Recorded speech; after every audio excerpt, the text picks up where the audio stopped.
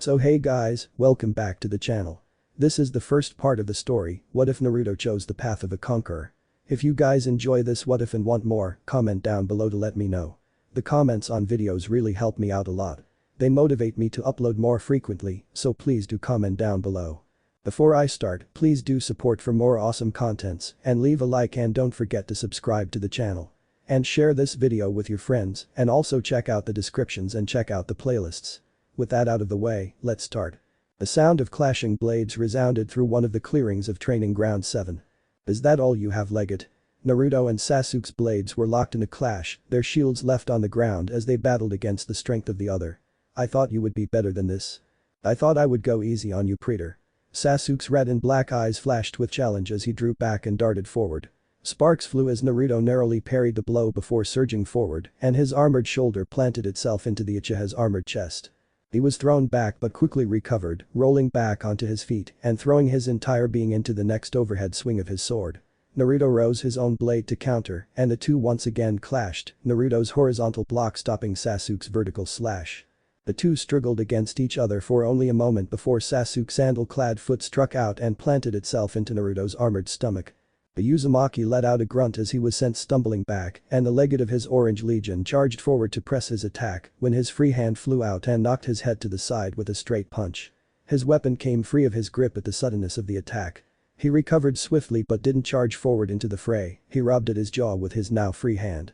Naruto only offered him a smirk to the look he received and Sasuke's eyes once again flashed as he brought his fist into his palm.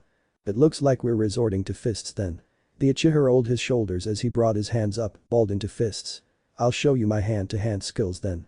Sasuke rushed forward and Naruto held his sword forward to meet him in a one-handed grip.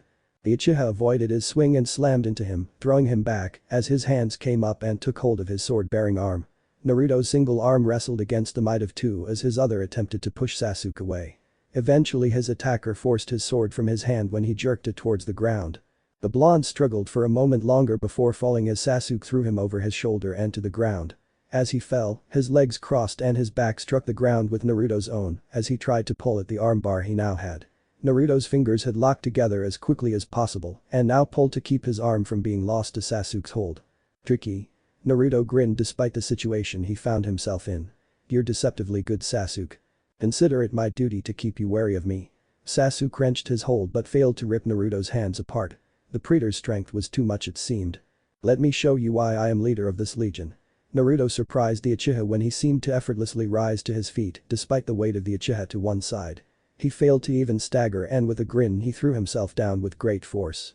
Sasuke, to his credit, did not even consider releasing the hold. Naruto then did it again with more force. The Uchiha continued to refuse to release the hold, so Naruto rose to his full height. You don't know when to give up. Naruto almost felt the need to curse before he threw Sasuke onto the ground once more, but this time did not rise. He forced the Uchiha to bear his full weight on his shoulders as he tried to bend him in half with his armored form. Sasuke released his hold on his arm, the Uchiha rolling to the side and coming up at his fallen sword. He drew it up into the air as Naruto chuckled as he crouched down and drew up his own blade. Both spun the tools of death in their hands and were set to begin the duel again. What's up? Kakashi wordlessly appeared between the two with his hand raised in greeting. His appearance had successfully stopped them and already Naruto's Praetorians advanced behind the blonde until a raised hand stopped them. He spoke no words, but his blue eyes did not leave Kakashi's form. I need to talk to all three of you, so show up at those posts I should have tied you to a while ago. He vanished without getting a response but didn't miss Naruto's chuckle. I will enjoy the day I am presented with Silver Fang's head. Naruto returned his sword to its place at his side and looked to his sparring partner. Inform the entirety of my glorious legion to hold their positions for now. I believe only the two of us will need to move. Of course, Predator. Sasuke's fist rested over his armored heart before he pressed a finger to his ear. Predator orders his glorious Orange Legion to hold their positions for now. Predator and I will speak with Silver Fang before issuing further orders. You are dismissed for now, Praetorians. Naruto looked to his personal bodyguards and as one they fell to a knee and bowed their head to him before vanishing from sight. Sasuke's Sharingan looked over the entire encounter as he walked up to his side. Let us depart, Legate. Naruto walked off without glancing to make sure the legate of his legion was following him. He knew he was because he had no choice. Asuma-sensei, what is this meeting about? The latest iteration of the Ino-Shikacho sat across from him at the restaurant. They would probably become a regular presence in Yakiniki-Q. While Choji was busy roasting a good portion of the food on the table and Ino was making sure he didn't burn anything, Shikamaru asked the question that they all had. Well, you all know the Chunin exams is coming up soon, right? Asuma looked across the table at each of the capable genin placed in his hands. I'm sure you all know that guy's already announced to half the village his team will be competing, and I'm sure Kurenai will be doing the same with her own either tonight or tomorrow morning. He offered all three a proud smile. You three are incredible shinobi, and I'm not planning to have you wait for the promotion you deserve. I've got the paperwork nearly done, you three just need to sign on the dotted line. To prove his point, he withdrew the paperwork from his flak jacket and laid it down in front of them. I know you three are ready, but if… I thought we wouldn't get the chance until next year honestly. Shikamaru flipped through the first few sheets and seemed bored with it after a while, flipping through the rest as he searched for where to sign his name. I'm glad to get such a drag out of the way now. But Shikamaru said. Choji was multitasking, focusing on both the food and flipping through the paperwork in front of him. You really didn't think we would refuse, did you? Ino almost laughed at the very idea as she signed her name on the dotted line, Choji and Shikamaru, echoing her with the paperwork in front of them. If you think we're ready then we're definitely becoming Chunin. They handed them back as one. We don't intend to do anything but excel in the Chunin exams. Yeah, we'll make Chunin no problem. Shikamaru offered him a lazy smile. Besides, not making Chunin would be too troublesome for a guy like me. If you put your faith in us, we won't make you regret it. Choji gave him a resolute nod. You guys could never manage to disappoint me. The Jonin accepted the paperwork and sealed it away to turn in later. If we're being honest, I'm not worried for you three at all. I know you'll ace any exams they give you thanks to how well you work together. I'm more concerned with what you'll do to your competition. Yeah, they should be worried. Ino threw her arms over the shoulder of the boy on either side of her. Ino Shikacho is an unbeatable force when we're together. Everyone in the Chunin exams is about to learn that the hard way when we mop the floor with them. Yeah, or hopefully they all just give up and we don't have to do anything. Ino's arm tightened on Shikamaru and he nearly choked as she smiled at him. But we're definitely going to beat them all because Ino's the greatest kunoichi to ever live. Smart kid. Asuma couldn't help but compliment the genin's danger sense. Thank you Shikamaru. You're welcome, please stop choking me now. Elsewhere, teammates sat in front of their Jonin sensei. Training had just finished for the day and all three were catching their breath as Kurenai debated revealing her surprise for them now or tomorrow morning. Asuma's probably already told his team, everyone in the land of fire knows Guy put his team in, and Kakashi's putting in his brats. It'll be embarrassing for me to be the odd one out. Especially if their teams get promoted to Chunin and mine stay Genin. Kurenai let out an irritated sigh. I've got to put them in even if I don't think they're ready. It was true that her team was capable, but all three lacked in some areas. Hinata was still breaking free of her timid nature, even if she was progressing by leaps and bounds in her taijutsu and usage of the byakugan. Kurenai may have found herself disagreeing with the motivation for the change, but she couldn't deny her pupil's progress. She had been growing stronger and stronger every day since she had committed herself to her training. Hiba was a monster at taijutsu, and his synchronization with Akamaru for a variety of techniques ranging from tracking to sheer destruction was nothing to laugh at. His chakra reserves were impressive for a genin, and his endurance was another positive. He was simply too hot-headed sometimes to effectively think. He was more prone to leap into danger than find the right approach. Shino was great at his clan's hide-in techniques, but was lacking in many other areas where his Kakechu couldn't help him. His taijutsu was simply the bare minimum, based around blocking and planting the bugs on his opponent. His ninjutsu was average for his clan, and his chakra was the same for any aburum thanks to the Kakechu. He excelled at information gathering in the end. Their team, when together and synchronized, was one of the better tracking and combat force she had seen, and she had been working on developing combination jutsu with them in pairs and as a group. They had complained at first, but once she had mentioned the opportunity to outclass the Ino Shikacho iteration of their generation, they had been given enough motivation to focus their all on her rather strange training methods at times. Her team was great together, but once the Chunin exams passed on to individual trials, she didn't feel very confident in their abilities to all pass. The type of competition they would be up against and the fatality rate of the Chunin exams were all things she had to consider. Kurenai-sensei, may I ask something? Hinata's soft voice snapped her out of her thoughts. The red-eyed Jonin turned her eyes away from her thoughts and towards the Hyuga. What is it, Hinata? She pushed off of the tree she was leaning against as she focused on her thoughts, and the meek Hyuga brought the tips of her fingers together. She had trouble making eye contact with the Jonin, but that was to be expected. She was gaining confidence, but it was a slow process when compared to her improvements in her skills. I was just wondering if we would be entered into the CH Chunin exams. She found the confidence to look her sensei in the eyes then. A fire was burning in them despite how nervous she appeared. She wanted to enter the exams. A glance to the rest of her team revealed the same fire, the same determination she would want to praise them for in any other situation. None of them wanted to be left behind by their friends, they wanted to advance to greatness together with them. They wanted to test themselves, see how strong they truly were. They wanted to represent their village, carry the will of fire through trial after trial, and carry their own pride, familial and personal, with it. Damn it. Kurenai wanted to say no to them in that instance. None of you are ready for this. None of you are ready to fight people trying to kill you, fight the monsters I know are heading into that exam, but I can't say no when you all want this so bad. I'm glad you brought that up, Hinata. Kurenai let a smile cover her face as she held out her hand, the required paperwork appearing in her hand, and she tossed it to each of the 3 genin. I finished signing all of the paperwork for entering you guys this morning, and all you need to do is sign on the dotted line. None of the 3 noticed her smile was a bit too rigid as she watched them all, even the normally stoic and reclusive Shino, eagerly flip through the packet to find where they had to sign. Once you sign up, I'll deliver it to the Hokage office and we'll go out and celebrate. I hope I don't regret letting them do this. She didn't want any of her students to die because she couldn't tell them no. Please, let me not regret this. Team 7 was also meeting. Ha! These exams shall know the glory of the Legion when I become a champion above all champions. I shall be the one standing above all those who seek to lay claim to the title of Chunin, and none shall surpass my might. There shall be no hope of defeating my glorious Legion. Naruto's response to Kakashi's statement of signing them up was almost predictable. He threw his head back and laughed for nearly a full minute before speaking. When he looked to the masked shinobi, his lips curled into a bloodthirsty grin that the jonin before him had seen before. Pretty much every time the Uzumaki or his clones looked at him when they thought he wasn't paying attention. They had different expressions, but the same bloodlust was in them all. I will enjoy this challenge, Silver Fang, as it will prove to all that my Uzumaki Empire's Orange Legion marches solely with glory through all challenges and trials. Alright then. Kakashi turned to Sasuke next. What do you have to say about this, Sasuke? I shall follow Preetor's glorious footsteps.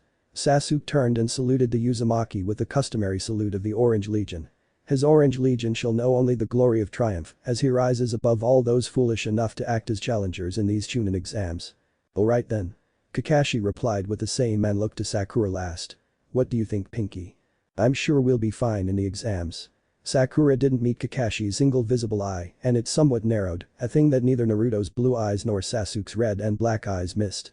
Sakura-chan shall be carried to glory by my glorious Orange Legion. Naruto stepped towards Kakashi with a hand falling to the hilt of his sword.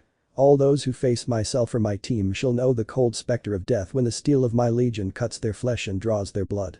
Alright then. Kakashi's response fell from his lips for the 3rd time before he reached into a pocket of his flak jacket and withdrew a scroll which he tossed to Naruto and his hand slipped into his pocket. I named you team leader for that business in Nami no Kuni, so the same will go for when you head into the mess they call the 2nd stage of the Chunin exams. You 3 can decide amongst yourselves on who's in charge for the 1st stage and 3rd stage.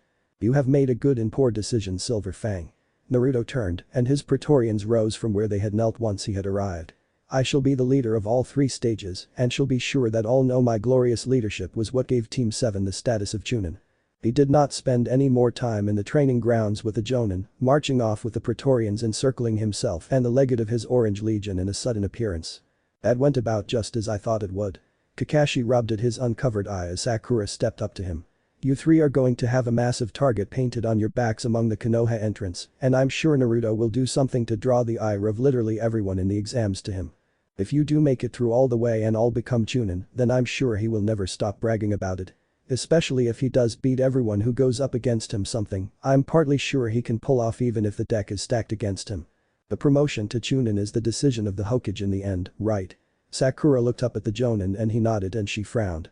He has a soft spot for Naruto and he's not terrible at being a shinobi when he feels like it. He also has enough chakra to support all the Kage Bunshin he has to make an army. He's smart enough to command them and knows how to use them to get what he wants. Any daimyo that shows up for the 3rd stage of the Chunin exams will be impressed with him and want to hire him to get the quantity he brings to every mission. He'll probably get an even bigger ego as a result of that. Sakura sighed as another thought came to her. He'll probably also conquer more things if he takes so many missions. His track record isn't that good for not conquering. Kakashi looked up towards the clouds as most members of his shadow-using clans were prone to do and tried to find answers in them. Whatever the outcome is for Naruto, you will need to put on a good showing against whoever you go up against in the 2nd and 3rd stages. I'm sure Sasuke is a guaranteed chunin from what I've seen of him and that fact that he's the last uchiha in Konoha. So the deck is stacked against me then. Sakura only received a nod from the jonin and she managed a small smile despite the rather negative situation she found herself in. I'm sure I can manage to impress the judges, Kakashi-sensei. You're the one teaching me after all. I know. Kakashi's mask moved as he offered the world his own smile. Once you manage to get past the second stage, I'll have a month to train you against whatever opponent is unlucky enough to get matched up with you. Her smile turned a bit more sadistic then. They won't know what hit them. Her hands balled into fists at her side and Kakashi nodded. They won't.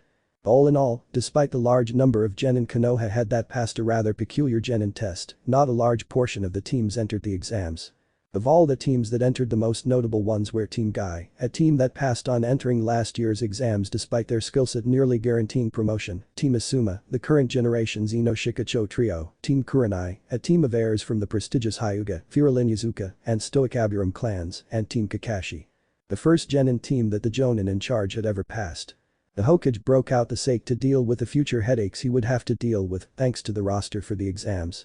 Kakashi, it is great to see you arrive with such unexpected punctuality. Guy and his team had been in front of the doors for several minutes when the silver-haired jonin had walked in with his team. It was surprising, almost heart-stopping for some cases, to see the silver-haired jonin arrive not only not late but early. I take it from your presence here your team wishes to take part in the chunin exams just as mine, and no doubt many others. I figure the sooner they become chunin, the sooner I can stop being a responsible sensei. Kakashi shrugged his shoulders as he walked over to his fellow jonin, along with the 3 armored genin. I'll be off the hook if they end up dying during the exams too, so I have a lot of ways to win here. You should not be so morbid, Kakashi. Where is your excitement at the display of the talent the current generation holds? These tests and trials shall provide a mere glimpse of. I myself can hardly keep my excitement contained at the thought of what I will see.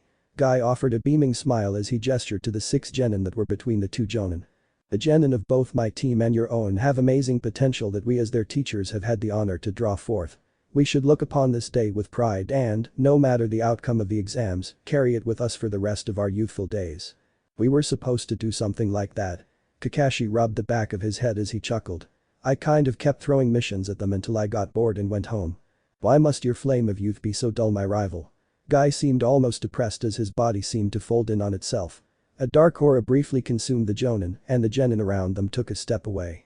You should truly cherish the ability to draw forth the talents of your pupils. No one really explained this sensei thing to me in detail.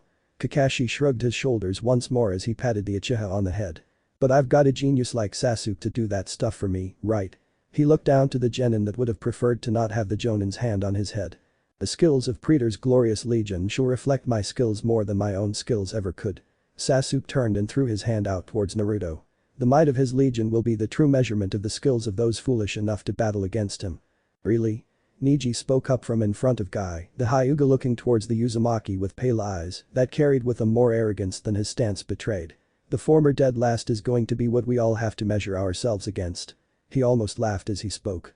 That only shows how far Konoha has fallen to base ourselves on a failure like him. Your words have made you drift into dangerous territory, Hyuga. Naruto's blue eyes were dark as he looked to the Hyuga before him. Do not imagine yourself superior to a man such as myself simply because you know a pitiful way of combat. You shall fall like all others before the glory of my legion, no matter your words. They may only help you suffer greater than I originally planned before killing you. You're deluded enough to call the gentle fist pitiful. Neji sneered at the Uzumaki. The gentle fist is a tool to decide the fate of any who go against it. He stepped towards the Uzumaki and rose his hands up as he stepped into a basic stance. Do you need me to show you how powerless you are against the decider of fate? If you seek the disgrace of defeat, I shall gladly take you on. Sasuke spoke up from Naruto's side, his sharingan flashing with challenge. It doesn't matter which of you I face. Neji had decided his opponent as his byakugan swiftly took hold as the veins around his eyes bulged. I will defeat both of you during the chunin exams regardless. Show him his error-legged. Naruto turned away as Sasuke nodded and drew his sword from his side. Kakashi did nothing to stop the soon-to-be fight as more genin began to arrive, both from Konoha and those outside of the village. A cursory glance showed Iwa, Suna, Kumo, and Kiri had sent a good handful of teams each to the exams. One of the Kumo jonin also eyed the fight with her interest astoundingly clear to the copy ninja. Well, Guy, looks like my team is fighting yours. Kakashi put his hands behind his head as he stood off to the side of the swiftly growing circle as Sasuke spun the blade in his hands before bringing the flat of the blade against his shield, letting the sound ring out around them, and Neji let out an exhale before he was a blur of motion. The shield on Sasuke's arm was thrown forward and stopped the initial flurry of gentle fist strikes, and Neji withdrew as his byakugan allowed him to analyze the Uchiha's entire stance for the obvious weakness. The shield on his arm slowed him down considerably. It also blocked his vision by a wide margin, his sharingan rendered less effective thanks to it. The Hyuga darted forward but moved to the side, avoiding the shield as it was thrown forward to knock him off his feet. The Uchiha stood no chance to stop him now as he began his next series of blows as he swiftly turned within the Uchiha's guard. The tenketsu in his arms were easy targets and it was even easier to seal them in rapid succession. Your arm's going numb, correct? Neji drew back as the Uchiha's sword clattered to the ground from limp fingers. His sharingan seemed to constrict, the tomo drawing into the center before returning to normal. It made the corners of Neji's lips move up in a smirk. I see you're having difficulty with maintaining your sharingan as well. Your strikes are ineffective. Sasuke drove his shield into the floor and swept up his sword in his usable arm. You won't be able to strike me again. You fool. Neji shook his head, mocking the Uchiha. Fate has already decided this battle. The Hyuga began his attack again. The sharingan followed his fingertips as Sasuke's body moved, deftly avoiding each of the strikes, even with his numb arm swinging beyond his control and swiftly proving itself a hassle. Damn it. He couldn't spare a glance at his arm, but the Hyuga's initial attack had rendered his strategy to end the fight quickly useless. He couldn't form hand seals with one arm numb. He couldn't rely on his backup strategy either with his shield more of a burden than he would like to admit. I've got to end it this another way. The Uchiha pulled back, his sword spinning in the air as he threw a kunai towards the Hyuga. It was something deftly avoided as the sword was buried point first into the ground. The legate of the Orange Legion filled his usable hand with shuriken which he flung forward with accuracy befitting of the Uchiha prodigy. He looked down towards his arm in that instance and observed the developing bruises on it. He cursed as he realized just how long the Hyuga's attack on his tenketsu had rendered it worthless. His invading chakra completely blocked the flow of his own. To break it he would need to brute force his way through the foreign chakra blocks with a surge of his own, something costly in battle as it took focus and, for a battle between shinobi, a significant amount of time. I have just the thing. His eyes left his arm as he darted forward and ripped his sword free of the ground. He charged towards the Hyuga and their eyes locked. Neji quickly closed his eyes and ran an internal scan of himself using his byakugan. He found nothing as he avoided the Uchiha's rapid swings, and the Hyuga could only internally grin as he settled into a new gentle fist stance. Fate has decided this battle at last. The Uchiha was completely open after his last swing. He was drawing his arm back and his footing left him unable to dodge his next strike. You're within range of my divination. His smile was cold as he darted forward, chakra flooding his fingertips as he ended the match. The Hyuga struck Sasuke in the chest and grinned when he looked up from it and saw the Uchiha sharingan vanish from his eyes. Cold black met his own right before the pommel of the Uchiha's sword was driven into his skull. The pain of the blow as he stumbled back snapped him out of the genjutsu the genin had placed him under. Now Sasuke allowed his chakra to surge as the Hyuga was rendered harmless for a moment, ripping away the barriers caused by Neji's initial strikes against him. Let me show you why none can't stand against the might of Praetor's Legion. His hands flew through the necessary hand seals. Uchiha no Jutsu.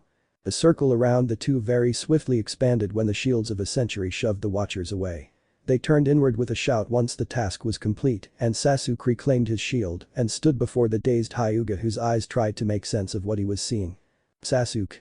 Kakashi suddenly appeared in front of the Uchiha, one hand reaching out and two of his fingers poking the Uchiha's helmeted forehead.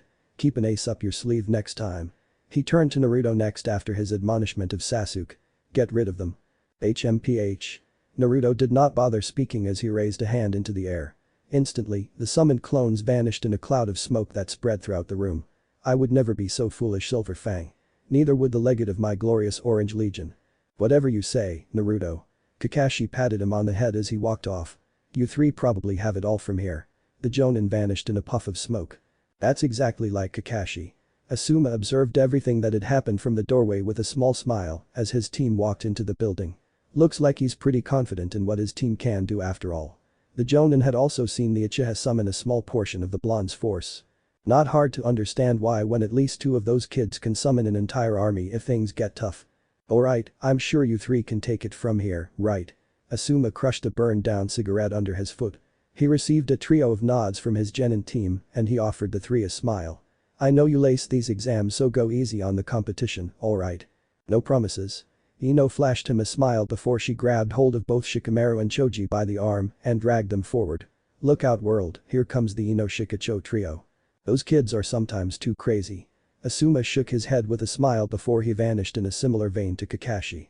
The Jonin had a place to be after all. Remember, don't try to show off. That paints a target on your back. Kurenai stopped at the edge of the yard they would be stepping into. Keep track of each other, don't fall for tricks, and make sure to use those tricks I taught you if things get out of hand. Don't worry about us Kurenai-sensei, we're ready for this thing. Kiba's eyes shined with determination. We're going to sweep it. I hope so. She couldn't help but smile. Don't bring anything but your best, no matter what. She held out her hand, and the three genin placed theirs over her own. Remember, no matter what, I'll be proud of what you three accomplish. We're going all the way Kurenai-sensei. We will accomplish this task. Why? It is because we have been given a great teacher. We won't fail. Not a single one of us. That's my team. They broke away and Kurenai vanished in a swirl of leaves. Remember. Let your flames of youth be bright through the darkness of challenge. Illuminate the way for others and you will find they shall do the same. The individual does not pass the exams, but the group does. Guy offered his genin team a blinding smile that two of the three returned. The third was still somewhat irritated at his defeat. I shall be a bright illumination like no other, Guy-sensei. I know you shall Lee. But do not be afraid of following the light of others when the time comes. What the hell is going on? Even after a full year on Team Guy, Tenten still found herself unable to comprehend Guy at times. She did learn to smile through such confusion and think it over later. Her interests were also focused elsewhere regardless. Whatever Guy-sensei meant, I can't wait to see what else Naruto can do with those weapons. I shall look forward to hearing of your successes. Guy vanished at that through an application of his extreme speed. Fate has already decided our successes and failures. Neji whispered the words more to himself than his team. His pale eyes narrowed as they spotted an unwelcome face. Fate will decide if you live past these exams as well Hinata. Hey. Shikamaru. Choji. The voice made the two boys stop being dragged forward by Ino. They turned and not even the lazy Nara could stop himself from grinning as they saw the Inuzuka running over to them. You guys are in this thing too. You bet. Choji nodded along to Shikamaru's words and Ino turned around and her eyes lit up at the sight they saw. Sasuke-kun. Ino was a blur as she raced across the room and to the armored uchiha. The entirety of Team 7 stood separate from the other teams from Konoha and it was something the Nara noticed. Naruto's probably the cause of that. Shikamaru shared a glance with Kiba and Choji, the three silently agreeing to head over even if something else reached Team 7 before they did. Sakura-chan. Lee was suddenly in front of Sakura and it was to Naruto's obvious displeasure. Whoa. The genin dodged a sword that was aimed to separate his head from his shoulders. Naruto held the blade out where it had come to a stop, not bothering returning it to its sheath. Do not come before Sakura-chan. Naruto's blue eyes glared into eyes alight with challenge just as the rest of Team Guy rushed over. Lee, what do you think you're doing?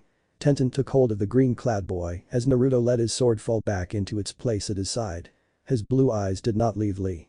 The light of hate shined within them before his legate came over to his shoulder. Reader, he can be dealt with later.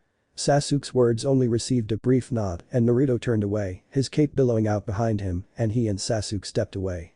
Sakura, after a moment of merely looking at the two, sighed and followed after them. Once again Team 7 stood apart from the others. Naruto cast his blue eyes around the room before he whispered an order to Sasuke. The Uchiha instantly nodded and formed the same hand seals as he had against Neji in their brief battle.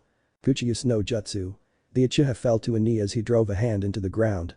Instantly, smoke filled the room once more and several dozen figures similar to Naruto in appearance had joined the genin gathered in the room. Without speaking a single word, they wordlessly formed a wall with their tall shields stacked on top of each other. The click of the locking mechanism was deafening to the small group in comparison to the other occupants of the room of Konoha genin. Well, that could have probably gone better. Shikamaru sighed as he and the others reached Team Guy. Sorry about how Naruto's been acting. He's not really been the same since he came back in that weird armor. There is no need to apologize. Lee's eyes drifted away from the wall of shields and he smiled at the younger genin as he offered each a thumb up. He is merely another challenge to overcome to gain the affections of Sakura-chan. You should be more worried about Sasuke-kun. Ino looked toward the wall of shields and sighed. He looks amazing in that uniform. Let's not talk about Team 7 for now. Shino spoke up as he walked over. Hello by the way. You sound almost happy Shino, what's got you so excited? Shikamaru looked to the Aburam member and received the closest most would ever get to a smile. You're right that I'm excited, Shikamaru. Why? It is because I find the opportunity to prove myself in the Chunin exams exciting. We're all excited to take part in the Chunin exams. Hinata touched the tips of her index fingers together before her eyes drifted towards the division in the room. Kurenai-sensei trained the three of us and we don't want to disappoint her. We all know we can't do that once we sweep through these exams. Kiba threw an arm over both of his teammates, Hinata almost turning red as Shino remained indifferent. You guys will need a miracle to beat teammate in this thing because we're going all the way to the end. By the time these exams end, all three of us will be Chunin. Dismissed. Boo. The voice of the Uchiha and the answering cry from the clones around Team 7 drew the attention of the majority of the genin in the room. The smoke that drifted as the clones and shields around the three genin vanished was also enough to catch the eye of most. Without acknowledging those watching, Naruto took the lead between his two teammates and they walked through the room and out the doors. Ha! The dead last is chickening out. You're doing the right thing, failure. Just like I thought, he can't handle the exams. You're never going to become a Chunin, loser. You should have never graduated. Comments like those and more came from the mouths of the genin of Konoha, but none of them reached the Uzumaki as the door sealed shut behind him. Something's not right. Shikamaru's eyes narrowed before he turned to Hinata. Hinata, can you use your byakugan to see where he's going? I can try. Hinata offered the Nara a nod. She rose a hand up in the unique activation seal for the Dojutsu and the veins around her eyes slowly bulged. Her eyes closed as she focused and a grimace crossed her face before her byakugan was gone quicker than it had appeared. There's a genjutsu obstructing something from my view. Whatever it is, it's on the second floor and there's a staircase to it behind the building. And Naruto-kun is taking his team to whatever it is. Well, that clears a couple things up. Shikamaru turned away from Hinata and to Neji. His byakugan was silently activated, it seemed. I'm guessing you figured out the same thing, Neji. Yes. His answer was a single word, but it was all Shikamaru needed before he motioned for the three teams to come closer. Then I think I cracked whatever this is. He glanced up at a clock on the wall and nodded to himself before continuing. The Chunin exams officially start in 20 minutes and I've got a plan to make sure we get past the entrance exam. What's your plan? Kiba's grin was reflected on Shikamaru's face then. 5 minutes later, a fight broke out between two of the members of Team Kurenai and Team Guy. It took the remainder of both teams and Team Asuma to drag the two battling genin apart. Kiba still lunged at Neji, screaming obscenities while the Hyuga did the same. The waiting genin cleared the way for the pack of 9 to move out through the doors and a glance at the clock revealed 15 minutes until the exams began. The two genin continued shouting at each other even after the doors had been closed. This way. Shikamaru directed the group, Neji and Kiba, quickly stopping their false fight and in a few minutes the Nara opened the door at the top of the metal staircase. It seems the Nara did catch on, legged. Naruto leaned against the wall of the much smaller room. Sasuke nodded at his side as his sharingan looked over the three teams. The room itself was sparsely populated by genin and a Chunin stood at the door at the opposite end of the room. Congratulations Team Asuma, Team Kurenai and Team Guy of Konoha. You are eligible to exempt the first stage of the Chunin exams and move on to the second stage. Remain here until I am instructed to open the door. Leaving this room before then will result in your dismissal from the Chunin exams. The Chunin spoke no more after his brief announcement. I am surprised you managed to figure out such trickery. Naruto looked to the 9 with something beyond arrogance in his blue eyes. He chuckled, throwing his head back and truly began to laugh at something he found to be hilarious. I severely underestimated your intelligence it seems. He suddenly ceased laughing. It shall not happen again. I don't know why you're making such a big deal of it. Shikamaru rested his hands behind his head and looked towards the Uzumaki with boredom, the dominant feature of his face. There are 2 Hyuga clan members with us so of course we were going to show up eventually. Indeed. Naruto suddenly turned to Sasuke, a smirk crossing his face. Your skills are suddenly in question, Legged. His tone was almost joking. Almost. Perhaps I shall have your foe from not too long ago replace you as my Legged. The byakugan seems to be superior to the sharingan. I assure you here and now Preetor, the Hyuga will never rest on the same level as the Uchiha, even when only I am left of my clan. Sasuke's eyes found Neji's own and he smirked at the unspoken challenge in those pale orbs. None of their byakugan possesses even the slightest of potential to compare to the power of my sharingan. We shall see of course. Naruto looked at both of the Hyuga before blue eyes were fully focused on those of the blue-haired girl. Kiba noticed and growled as he moved up to her side while a dim buzzing sounded through the room. Naruto grinned at such a thing. The option shows itself more preferable every second Legged. One of them even comes with her own personal dogs. However ill-trained they may be. That's it you bastard. You're going down now.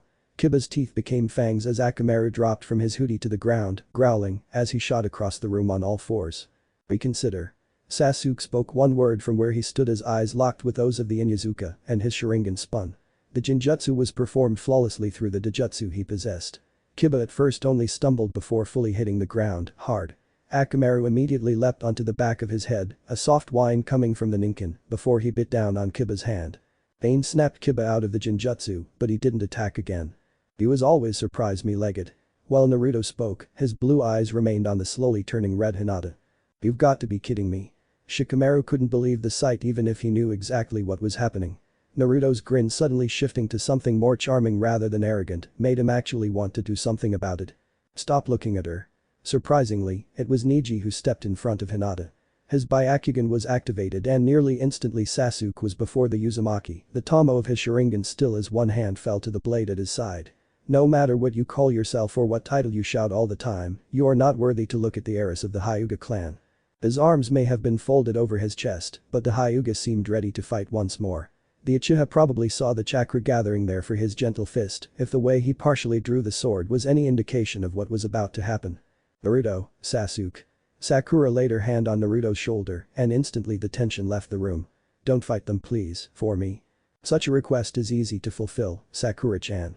Naruto offered the pink-haired genin a half-bow and he turned to his Legged. "We have had enough of these trivial games, Legged.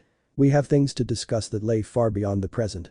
Naruto's words garnered the deactivation of Sasuke's sharingan as he turned away from the other genin. "I shall do as you wish of me, Praetor." He saluted the Uzumaki with his fist placed over his armored heart. "Of course you shall." Naruto clapped Sasuke on the shoulder and the two walked away. Sakura sent an apologetic glance to the genin that she wanted to approach before walking off after the two. The sound her sandals made echoed in the silent room. This all just got too troublesome. Shikamaru looked up towards the ceiling, avoiding the look sent towards him by the more curious genin. He knew he was going to hate everything he was about to do today.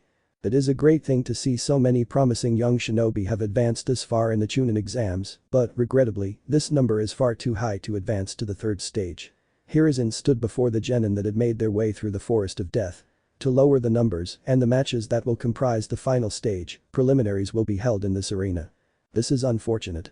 Naruto's grin never wavered as he took in the Hokage's words.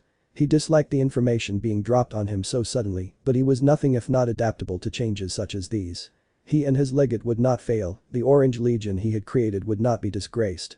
They shall only rise above such a petty and simple challenge and find further glory at the end of the road they traveled on. Their opponents would only know the hollowness of a crushing defeat. He would accept nothing less from both his Legate and himself. "Sakura-chan." Naruto drew the pink-haired genin's attention to him as he held out his hand. "To prevent you from wasting your time with trash, I can give you the seal to summon a fragment of my legion to your side anytime you wish. They will certainly prove helpful in dealing with your opponent in the preliminaries." "I appreciate that, Naruto, but you don't have to." Sakura gently pushed the offered hand away. "I've been training so that I can take on anything these exams throw at me." "I insist you rethink that." Naruto returned his hand to its prior place at his side and he glanced towards the screen displaying the fights. Neither his nor his Legate's opponents mattered as they would easily be vanquished, but he did somewhat worry for Sakura-chan. "I see that you're going up against Ino. I doubt you will have trouble when it comes to defeating one so reliant on others, but it is always best to be certain. Teamwork is vital, Naruto. You shouldn't insult someone for having it when those three are very effective together." Sakura looked at the screen as well and could only raise a pink eyebrow at one of the matchups that she would definitely be paying attention to. Kiba's going up against Shino. I wonder how those two are going to fight each other. Their teamwork fails against the discipline of my magnificent legion. None shall surpass my power. Naruto turned to Sasuke as the Uchiha took notice of the board and his opponent. "Legate." "Praetor." Immediately the Uchiha snapped his eyes over to the Uzumaki and saluted him with a fist over his armored heart. "What do you command of me?" "I expect an easy victory over someone such as her." Naruto spoke no more as he turned and left the arena. "Sasuke, Uchiha and Kintsuchi remain here. The rest of you can wait for your matches above." Heiate stepped to the center of the arena and briefly coughed into his hands as the armored Konoha genin and Oto genin walked up to either side of him. "This match is." His words were lost to Naruto as he ignored the sickly-looking man. "Let me see your true skills now, Legate. I do not wish to be disappointed in a choice that I was so sure of that day." Naruto laid a hand on the hilt of his sword as his blue eyes stayed locked on the battle below him. Sakura was at his side and she looked on almost as attentively. "Please don't die, just get hurt really bad." You should give up now you know. Kin's hands were filled with 3 senbon each once the Takebetsu Jonin had begun the match and removed himself from the field. He could be seen standing on the large hands and arms off to the side of the arena. The genin from Atogakure sneered at the Uchiha who hadn't moved once the match had begun. I know all your tricks so do. Be quiet. The Sharingan warped his cold black eyes to red and black. I'm considering sparing you, but if you don't learn to be quiet I may just decide against it. You're too arrogant for your own good, Uchiha. Kin threw 3 senbon forward and the Uchiha dodged them without issue, moving his body to the side before he raised his hands, and the movements of them were clear. They were a staple of any fight with a member of the Uchiha clan, be it during the Warring States period or less than a decade ago, all members made use of the technique. Pain. Gakakyu no Jutsu. He breathed out a massive fireball that Kin dodged by leaping out of the way.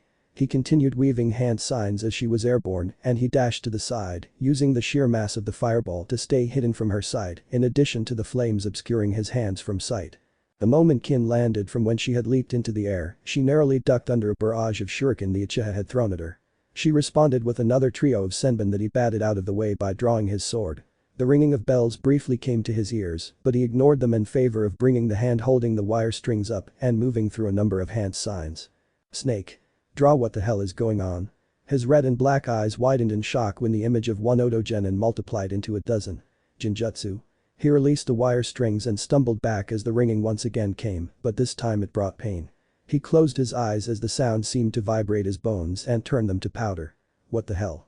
When did she manage to do this? Ah, you were all talk and no bite. Kin drew more senbon to fill her hands and threw them forward, Sasuke unable to even know they were coming. They struck his hand and, unwillingly, his sword fell to the ground with a clatter. He stumbled when he attempted a step towards the kunoichi and instead ended up nearly falling when he heard the ringing in rapid succession around him. He could hardly keep his head straight with a sudden feeling of vertigo washing over him as the kunoichi refilled her hand. So much for the Uchiha being legendary and powerful shinobi. You can't even handle my jinjutsu. I need to finish this. The red and black eyes of the Uchiha, even if unfocused, made Kin want to end the fight quickly. Another trio of senbon filled her free hand and she threw all 6 forward, the Uchiha seemingly noticing it. Which are real. He only saw a swarm of senbon fly towards him, an ear-solid wall of needles that he had no idea how to avoid as the constant ringing only doubled the number. Can't figure it out like this. The Uchiha rushed through hand signs he had memorized with his sharingan instead of trying to dodge. Oten. Doryuheki. The stone beneath him surged upward as a wall that concealed him from the kunoichi's sight. The Uchiha was somewhat grateful that he had fought Kakashi as he did on the day of the bell test. It was the reason he hadn't lost the fight then and there. The disgrace to the Legion his defeat would bring would ensure that Naruto changed his mind when it came to his decision in Nami no Kuni. It will go unnamed for today. Sasuke knew how quickly such a thing could change. The technique he had used took a healthy chunk of his chakra to perform in the end, regardless of how well he had copied the hand signs for it. He was almost panting with each breath he took and he estimated he had lost roughly 1/4 of his chakra by making use of it. The near nausea he was feeling from the jinjutsu hadn't helped him with his chakra management in the slightest. Normally he could regulate his use much better, especially when his sharingan was active. Now to deal with the bells she's using. The Uchiha sharingan, as it roamed around the arena, easily discovered the bells Kin had been feeding her chakra to and he drew a number of shuriken out to deal with them before making his next move. What's the matter, can't take me on. Kin didn't waste her senbon on the stone the Uchiha remained hidden behind. She ran chakra down the strings attached to her fingers instead of approaching the Uchiha and was startled when no ringing answered the chakra flow. It didn't take her long to notice the wire strings had been cut by shuriken from the Uchiha. The wall decided to crumble then and the Uchiha was nowhere to be found once it did so. Where are you? Kin was cautious as her eyes looked for the Uchiha before a sneer crossed her face. She had a plan, the senbon in her hands had bells attached to them and could be triggered by chakra flow, either in her hand or outed. All she needed to do was lure the Uchiha out to be sure she caught him. She had just the way too. Too scared to face me. I can't believe people were actually supposed to think you were strong. You can't fight me now even if I'm going easy on you. You're just some weak brat. You're so weak that your psycho of a brother didn't even bother to kill you. Sasuke paused. The genin was underneath the Atogakure shinobi and was about to use another move he had copied from Kakashi and end the match when her words had reached him. Memories he had thought he had buried to fuel his hate for the man he would kill came to the forefront of his mind. He knew he could end the battle now. He could come up beneath her and trap her in the ground and force her to submit. It was his plan to end the match before she had done it. She had brought up the man he had promised to kill. She had made him remember the blood-soaked streets. She made him remember the massacre wrought by one man. She made him remember the torment of the last meeting he had with a fellow Uchiha. She made him remember Itachi Uchiha's last words to him. "You're not even worth killing. Foolish little brother, if you wish to kill me, foster your hatred and despise me. Surviving, in such an unsightly manner as this, by all means flee. Cling to your wretched life. You're calling me weak, huh?" The Uchiha laughed and it was audible to everyone. It came from below Kin, and she leaped away, landing a fair distance away with her senbon ready to throw. The ground crumbled away as the Uchiha rose from beneath it. "If I'm weak like you say, what does that make you when you're on the ground begging for mercy? Idiot." Kin threw her senbon forward, chakra already running down the strings. He let himself get drawn out. "All I need to do is hit the bells with chakra when they're close enough and he's done for." This was almost too easy. What does Lord Orochimaru want from a guy like him? Their bells are your one trick, aren't they? The Uchiha's eyes focused on the chakra racing down the strings before he threw out another handful of shuriken. Once again, the wire strings were cut, but the Uchiha didn't wait for the Kunoichi to realize such a thing. He was already moving forward at speed she couldn't follow. He was in front of her before she could react and he grabbed hold of her scarf, drawing her forward. She didn't act quickly enough and the Uchiha locked eyes with her. "Let me show you a real genjutsu now." The world changed. He wasn't trying to distract her or confuse her senses. He wanted to terrorize her. The light, however harsh it was, vanished for a moment for complete darkness to take its place before light returned. It was blood red. He was torn apart in a shower of blood before her eyes and Kin rapidly backpedaled. The ground the crimson itcher touched burned away and it was spreading, it ate away at the ground like acid. Only the void was left once it was done and Kin ran from it or at least tried to. She screamed when she saw something had grabbed her, holding her in place. She tried to struggle, but the grip grew crushing and she collapsed to the ground. She fell just as the floor around her began to crumble. She was left in the center of an island that was already eroding. Things reached over the side then, skeletal hands dragging up monstrosities that she knew were coming for her. They crawled over the side no matter how much she screamed, she couldn't free herself from the crushing vice, no matter how hard she struggled. They were dragging her across the floor, covering her, ripping at her flesh. The blood, the acid, it bit at her skin with each time they touched. The skeletons that had crawled out of the darkness were tearing her apart, demonic grins on their horned skulls, while clawed fingers ripped her flesh away. She tried to struggle, but her body refused to cooperate, refused to obey her command. She was trapped and could only scream when the hands reached for her face at last. They didn't tear at it through, they didn't claw at it, they did nothing. They merely forced her to look at the red eyes hanging high above her. They forced her to see the rain of blood begin. Crimson ran like rivers down to where she was forced to watch and consumed her, washed her away and into the void. Her back hit the stone once the Uchiha released his hold of her scarf, Kin's eyes wide with terror as the Uchiha stared down at her with a sharingan that had effortlessly trapped her in the monstrous illusion. She was paralyzed at the mere sight of the eyes and the Uchiha smirked at her. That was a real genjutsu. He took a single step towards her and she found herself crawling back on her hands. He took another step and she tried to scramble up to her feet when she discovered they had been bound together with wire strings. "I'm not very good at it, even with a sharingan." He pulled the wire strings wrapped around his hand taut by raising it. "I much more prefer ninjutsu." He slowly moved through the hand signs he would need, the same ones he had rushed through near the start of the match. Snake. Dragon. Rabbit. Tiger. He raised the bundle of strings up to his mouth as Kin glanced around her at the shuriken and searched for her senbon with her free hands. The attempt was fruitless as his ninja pouch was tossed aside, its contents strewn across the arena floor. It didn't take a genius to understand exactly what was about to happen. "What the hell are you doing?" "That guy said no killing." Kin struggled to pull away, but the Uchiha was stronger than he looked, his arm didn't move no matter how much she struggled. She only succeeded in letting the strings bit into her legs. Blood began to run down the wire and the sight of it terrified her. "Stop. I give up." "You win." "I give up." "Haten. Ryuken no Jutsu." A massive flame roared down the wire strings as Kin screamed. "Suiten. Miserapa." Steam rose as the water struck the flames. "That was pretty impressive, Sasuke." Kakashi stood with Kin thrown over his shoulder as the steam brought on from the two attacks meeting dispersed throughout the room. "I'm sure you were just using that last attack as a scare tactic since lethal force was expressly forbidden, right?" "I thought Jonin couldn't get involved, Kakashi. Why get in my way when I was about to finish the match?" Hei's sword had severed the strings binding Kin and the Takebetsu Jonin sighed from where he stood behind the Uchiha. The match was over once she started shouting about giving up. The proctor for the preliminaries turned to the watching audience. "Sasuke Uchiha wins his preliminary match."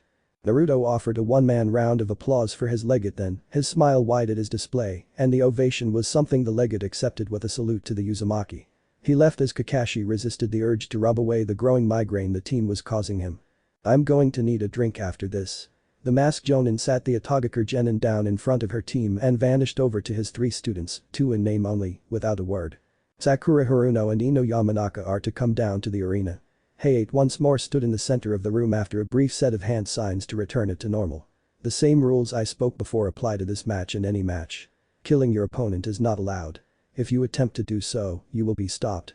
The shinobi sounded tired as he spoke something he thought he didn't need to. Don't make me have to repeat that again. Well, I guess I'm up then. Sakura turned to leave the balcony. Sakura-chan. Naruto took hold of her arm before she could step away from him. Sasuke stood on her side, but his eyes were elsewhere. His sharingan roamed over the balcony they all waited on, and he spotted his opponent being attended to by medical nin. Before you leave to fight, I must know for certain that you understand something very important. Blue eyes that usually looked at her with nothing but adoration, held nothing in them. You are not as delicate as I once thought, you are quite capable, far beyond what I once thought. You stand above those below you with not only your beauty but your skills as well, but Yamanaka is not to be treated lightly. She holds the advantage of a powerful clan over your own. She will use hiding techniques you will have no counters to. She will attempt to destroy you with skills taught to her by shinobi the rank of Silver Fang, but it makes her weak. Do not fail to impress me with your showing. As he spoke, his grip on her arm tightened ever so slightly. The idea of seeing you defeated by such a girl as Ino Yamanaka is something I hardly wish to imagine. The reality of it here released her. I would not like the actions I would need to take then. Don't worry about me. Sakura offered the blonde a smile that brought an identical one from him as well.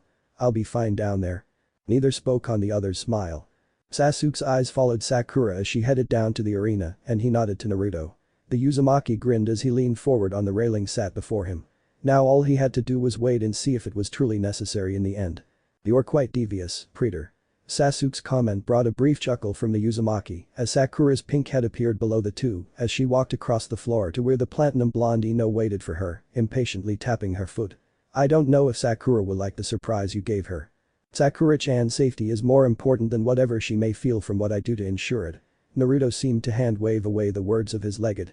I will not see such a delicate flower perish because of the harshness of what surrounds it. Of course, Preetor. Sasuke did not speak anymore on the topic. Both turned their focus towards the fight below them it seemed. This has to stop soon. Kakashi leaned back against a wall behind the 2 armored genin as he looked down at his, in truth only, student with more pride in his eye than he thought he would ever have. Don't let them get to you, Sakura. Show them all how much you've grown since you've come back. Ino.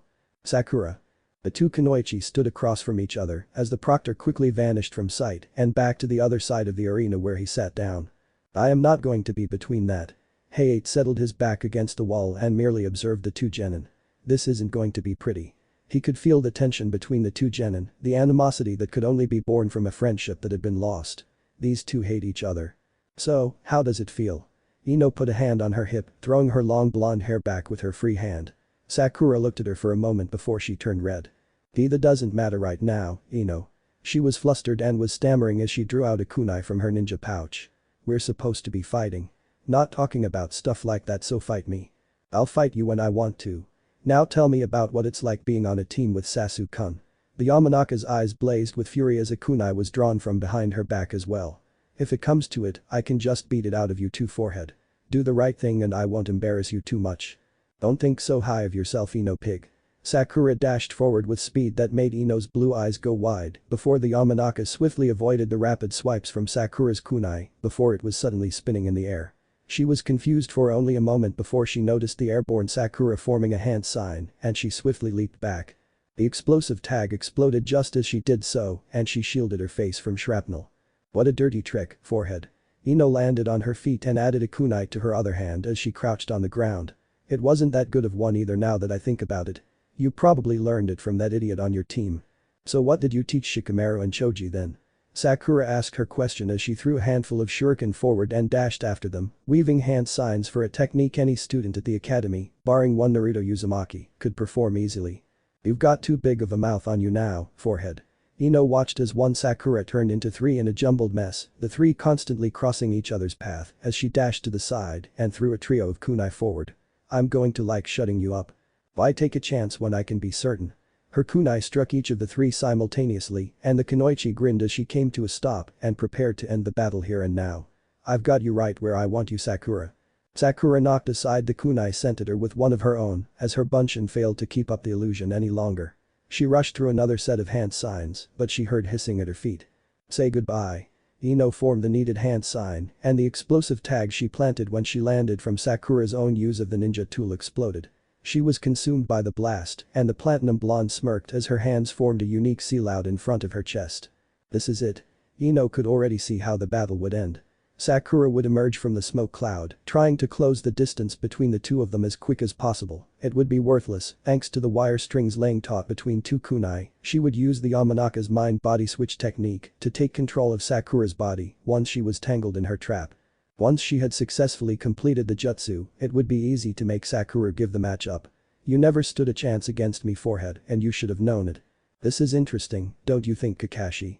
The jonin turned to the smoker next to him. The two had seemed to gravitate towards one another as their two female students did battle. What do you mean, Asuma? I mean, don't you think this matchup is interesting? Asuma looked down at the two genin, Ino ready to end the match. It's a bit cruel putting an heiress like Ino up against a girl like Haruno. Well, if I didn't know you any better, Asuma, I'd say you were insulting my student. Kakashi turned a lazy eye towards the bearded jonin. I'm hearing you wrong, right? You can hear whatever you want. Asuma blew out a cloud of smoke that hung in front of him. You can believe that your kid can beat Ino, but you'll be disappointed. Kakashi's eye became more focused than it should when directed at a fellow Konoha shinobi. She was smart at the academy, top of the class thanks to her test scores. She's hopeless against someone like Ino. She wasn't the smartest, but she's going to wipe the floor with a kid. The bearded jonin let his cigarette hang from his lip. Some kids aren't meant to be shinobi, it's better she figured that out now than later. Kakashi said nothing. I'm just trying to make sure she doesn't go out there and die, Kakashi. Don't hate me for trying to keep a kid not ready for this safe. You're wrong. He said no more. Now. Ino saw movement coming from the smoke. A barrage of kunai and shuriken flew towards her before she could get the perfect shot, but it was no problem to dodge for a kunoichi like her. A pink-topped blur darted out of the smoke next, Ino effortlessly drawing twin kunai into her hands and deflecting Sakura's own. The genin grinned for whatever reason as they fell away from each other, launching back to the ground. Ino realized why when she caught sight of the wire strings tied to the shuriken she had dodged. Sakura pulled them back before she landed, but it wasn't hard to deflect them with her two kunai. I bet you learned that trick from Sasuke-kun, forehead. Ino moved the kunai she held in each of her hands, spinning them by the ring at the end of them on her fingers. What else did he teach you? She laughed as she sprinted forward. Not like it'll help you beat me, so don't bother copying him anymore. I don't need to copy him. Sakura blocked her slashes with the ninja tool with her own. She attacked herself when Ino showed her surprise, but didn't manage to get through her guard. She did manage to gain distance between the two a moment later and tossed one of her kunai towards Ino. It was something the Yamanaka easily dodged. Legate. Naruto's single word earned a nod from the second in command of his forces. He wordlessly vanished in an impressive use of the body flicker technique for a genin. A centurion promptly appeared kneeling next to Naruto with 10 of the men of his century with him. Praetor. The centurion of the Orange Legion rose and the two near-identical figures observed the match below them. The absence of the legate was not commented on. What is he up to? Kakashi's eyes did not leave the match below him, but his thoughts turned towards the uchiha. What is Naruto planning now? Give up already. Ino kicked Sakura after the next clash proved less even. She was sent rolling across the ground but swiftly rose to her feet and reached into her ninja pouch. Ino threw a barrage of shuriken forward and forced her to reconsider whatever her plan was. You can't beat me, forehead. You're the same now as you were back in the academy. No, I'm not. Sakura leaped back as she landed, doing a trio of kunai Ino had thrown at her. If anyone is, it's you. I was better than you back then and I still am. Ino's smoke bombs, tied to the kunai, detonated and Sakura coughed in the cloud of choking smoke. Her hands formed a familiar sign, the signal that use of her clan's infamous mind-body switch technique was imminent. You didn't have what it took to beat me then, and you don't have anything close to it today. Now give up or. A sudden surge of chakra made her almost fall. That's it. Kakashi's eye did not widen in surprise at his discovery as he turned his single visible eye to the blonde in front of him. The Uzumaki chuckled as the centurion was swiftly replaced by the legate of his Orange Legion. He. Bow to the might of the Orange Legion.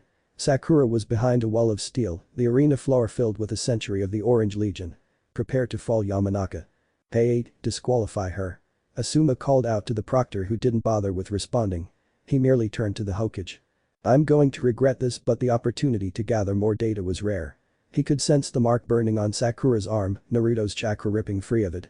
He had made tough decisions before, decisions that cost hundreds their lives, but he had never had to deal with the look of his son when he made them.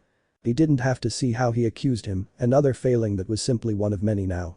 He didn't have to see his son look at him like he was now, already knowing what his father would say. I never outlawed summoning, Asuma. Hiruzen sealed Ino's fate in that moment. Stand back, Sakura-chan. Allow us to handle it. The centurion that had been summoned with his force drew his sword up, clashing the flat of the blade against his shield. Sakura's attempted protest was drowned out by the noise that grew hundredfold when the clones around her joined the beat. Ha! I'm not afraid of a bunch of shadow clones from that idiot up there. Ino threw shuriken, but the wall of steel repelled them, the projectile weapons clattering to the ground once they met the shields. You must be desperate to try and… I grow tired of her voice. Take her down. Boo. Damn it. Sakura ignored the clones that ran past her. I didn't want this. She ignored the centurion that stood next to her, his armor easy to recognize as the leader of her Blossom Guard. The same Blossom Guard she thought was destroyed when she took on Zabuza Momoichi and Nami no Kuni. She was clearly wrong. They had been butchered by the hired shinobi until Naruto had arrived. Why do they have to be here? Why are they treating me like I'm some delicate flower? Her eyes turned to pools of blue watching from above. It's because of him. She had too much control of herself to glare at him. It wouldn't work anyway. If, after everything she had done to him at the academy, he still had his crush on her, then she couldn't break his obsession over her with a mean look.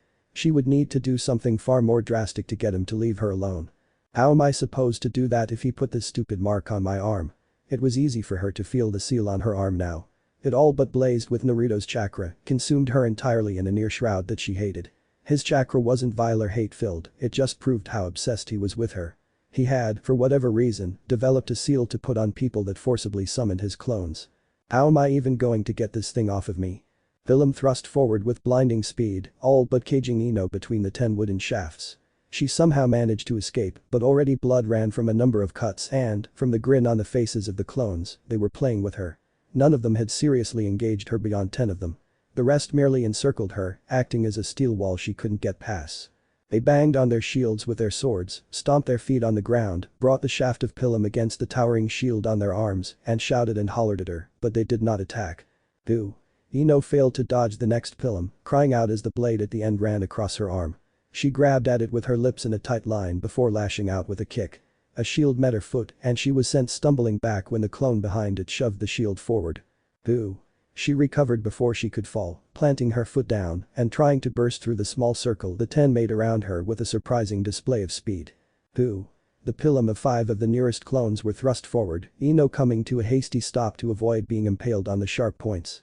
She turned and ran to the side, failing to dodge the next Pilum thrust in its entirety and suffering a cut on her side. Boo. 3 shot forward from around her, hoping to cage her in a rough triangle that they would tighten. They failed when she hopped onto the shafts of 2 of the Pilum, balancing there for a moment until a 4th struck her in the shin with the shaft of the palm. She nearly lost her balance as she felt the impact she knew was unavoidable. She wanted to scream, but instead her foot lashed out, her sandaled foot almost succeeding in striking the clone underneath his chin if he hadn't moved back in time. Boo. The 3 that had aimed to trap her in the triangle let out a shout as they threw their weapons upwards, launching the balancing Ino surprisingly high into the air. She tried to control her descent, tried to avoid the bed of spikes that awaited her. She couldn't.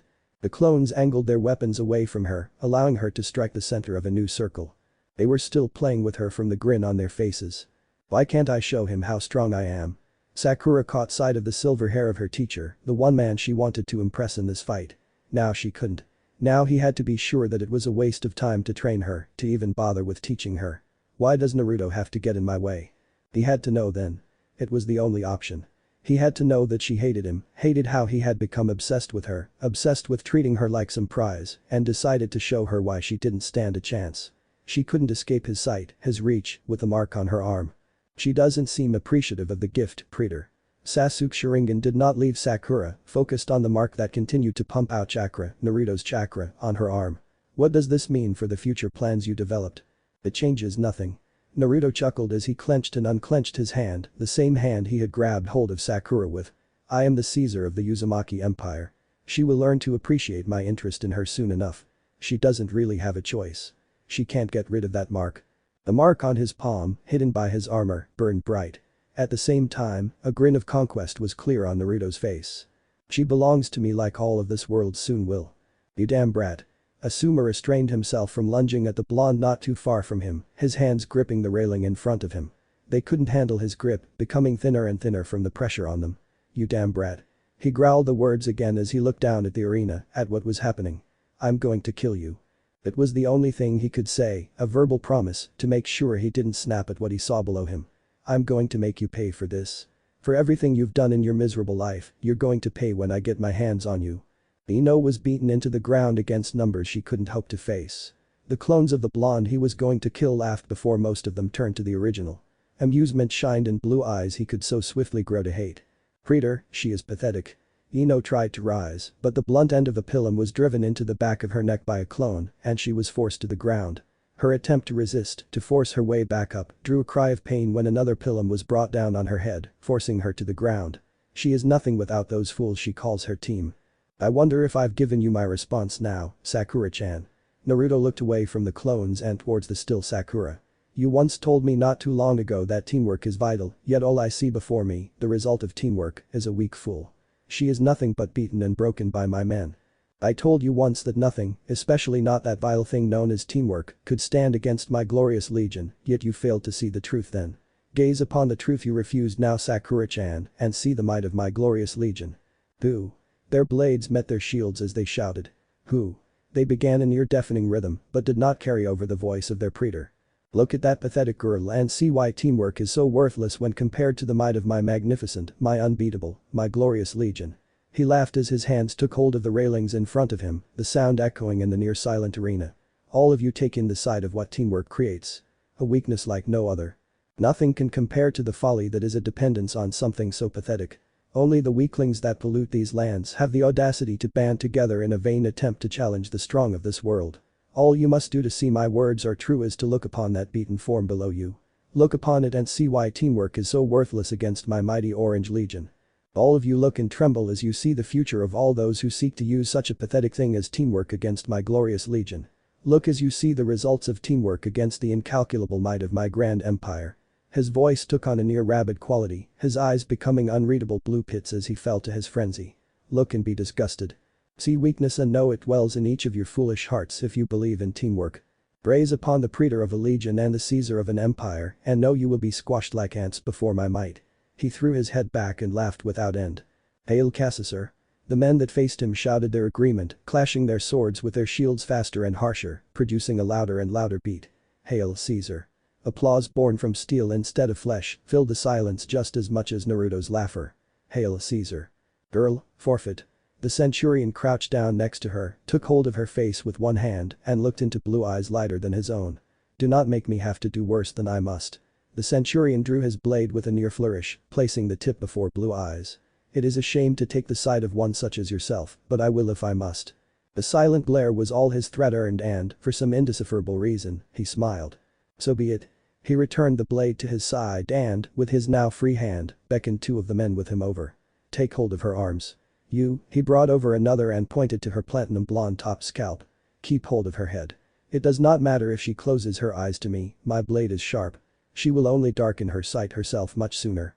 She struggled but it was pointless. Naruto's clones were strong. She tried to pull her arms free and only made the clone holding each chuckle.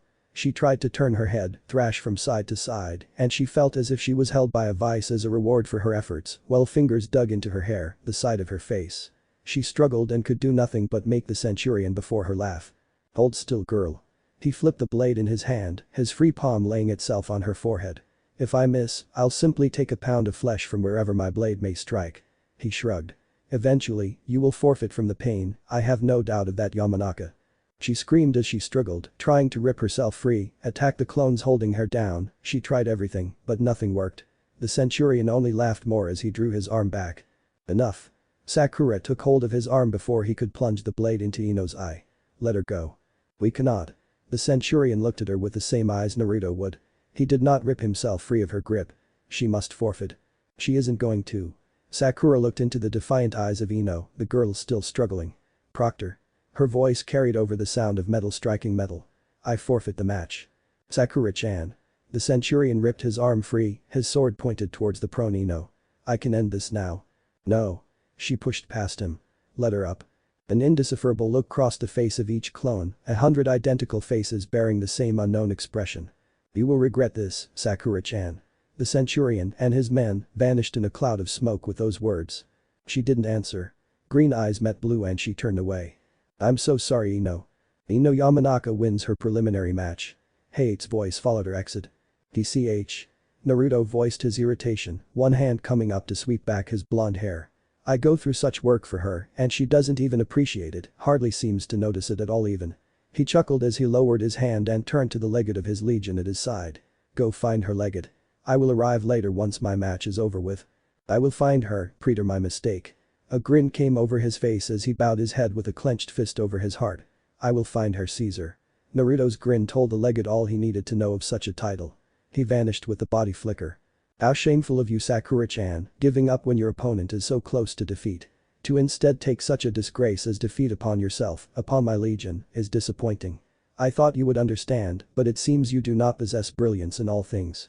Naruto shook his head as he returned his focus to the arena, even if a different grin took hold of his lips. I will need to show you why mercy is such a foolish thing sooner rather than later. The Praetor of the Orange Legion and Caesar of the Uzumaki Empire was not left alone for long, within 20 seconds of his legate departing, one of his Praetorians stood on either side of him.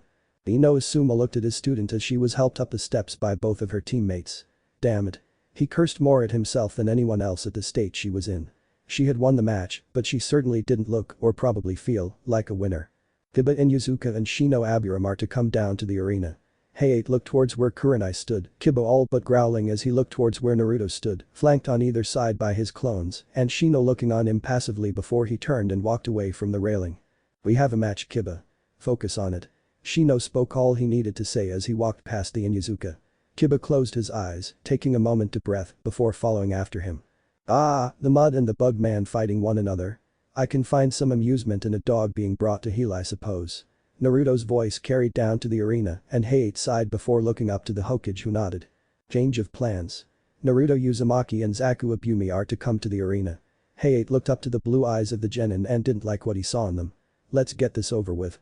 No one protested the sudden switch. Naruto didn't bother with the steps, climbing over the railing and landing on a crouch on the arena floor. His opponent, an Otogaker genin, followed his example and brought his palms together as something close to glee crossed his face. I can't wait to shut you up brat. Zaku rose from his crouch and Naruto chuckled as he walked up to Heiei, discarding his cape and pressing it into the hands of a suddenly appearing clone that retreated up the steps he should have taken. You will regret your birth boy. Naruto stopped next to the Takebetsu Jonin and his opponent did the same. Heiei began listing off the rules, but once again, Naruto ignored him. His eyes never left the sneering face of his opponent. I will enjoy making you learn such regret with my own hands. I don't know why I bother with these rules. Heiei spoke mainly to himself before coughing into his hand. Begin. Zaku threw his arm up into the air, leveling the palm with Naruto's chest. December. Pathetic. Naruto moved faster than most of the watching genin could see, his hand suddenly taking hold of one of his opponent's arm around the forearm. Your technique, your strategy, is too clear. Naruto's grip tightened as he began to force the arm he held out to the side. I know about the tubes in your arm. So? That doesn't change a damn thing. Zaku threw his other arm forward, a blast of air throwing Naruto away from him, but the Praetor of the Orange Legion and Caesar of the Uzumaki Empire grinned as he landed in a crouch not too far away. He seemed more excited at the fight than anything. I'm going to crush you no matter how big you talk or what you know. Both of Zaku's palms faced Naruto before the genin was simply gone from sight. Zaku turned too late to stop the blow from the Uzumaki. He stumbled back but didn't fall from the simple blow to the chest from Naruto's palm, and it was clearly what the blonde wanted. He didn't press his attack, he allowed Zaku to regain his footing and come at him with a shout, throwing one hand forward and releasing another wave of air. He grinned as Naruto landed, but it was far from perfect. He nearly stumbled, came close to falling to the ground if he didn't throw his arms out for balance. He was hunched over regardless, his eyes clenched shut for a moment before they opened. He glared at Zaku after a moment, shaking his head and rising to his full height. His hand fell to his side, but only took hold of the hilt of his blade before he released it. He instead moved a single foot back, placing his side to face Zaku as he rose his free hand up. Bring it. His fingers curled inward and Zaku answered. 50-50th mix of air and sound. Zaku drew both his hands up, gathering chakra to fire a much stronger blast. He threw himself forward in a dash, vanishing from sight, and appeared behind Naruto a moment later. The Uzumaki actually leaned forward, completely dodging the point-blank blast that would have ripped him apart. The blonde's mouth turned up in a smile as he rose back to his full height, his back still facing Zaku. He was rendered harmless from his shock. You dare to believe the Caesar of an empire would take a blow to the back? Naruto's voice was a growl, his voice all the intimidation he needed to keep the genin frozen from action. You dare to believe I would allow such a cowardly tactic to scar this flesh? He spun and backhanded Zaku away, the genin sent flying from Naruto's surprising strength. His foot was caught before he could fly far, Naruto's blow sending him from a vertical stance to a horizontal trip through the air. He ripped him back, throwing him to the ground behind him as he turned with the genin. His fist came down next, and Zaku narrowly rolled out of the way of a blow that pulverized stone into dust. What the hell is this guy? The Itagakure genin wasn't attacked further, Naruto taking time to brush the dust residue from his shoulder instead. The sight made him enraged. Decapitating airwave. Zaku threw one hand forward, unleashing a visible gale of air, with a high-pitched screaming noise following it. TCH. Naruto folded his arms over his chest before he simply jumped over the blow, flipping in the air and landing behind his opponent. The two were back-to-back for only a moment. Zaku spun, a kunai drawn with blinding speed and swung towards the Uzumaki's neck. A raised and armored forearm was all that was needed to stop the blow. Zaku's shock was nearly audible when the fractured head of his kunai fell to the ground, Naruto's armor bearing no blemish. Once again, the Uzumaki only grinned. Fool. Naruto shifted, his hand taking hold of Zaku's wrist as twin abyss of blue locked with fearful black. What the hell is this kid? Zaku struggled to pull his hand away and found it to be folly. He could do nothing to rip himself free of the genin's grip. Let go of me, you damn brat. Zaku threw his other hand forward, planting it on Naruto's armored chest. I'll put a hole where your heart should be if you don't let go right now. A brief silence came to the arena floor as the Odo genin glanced at where his hand rested. He blinked.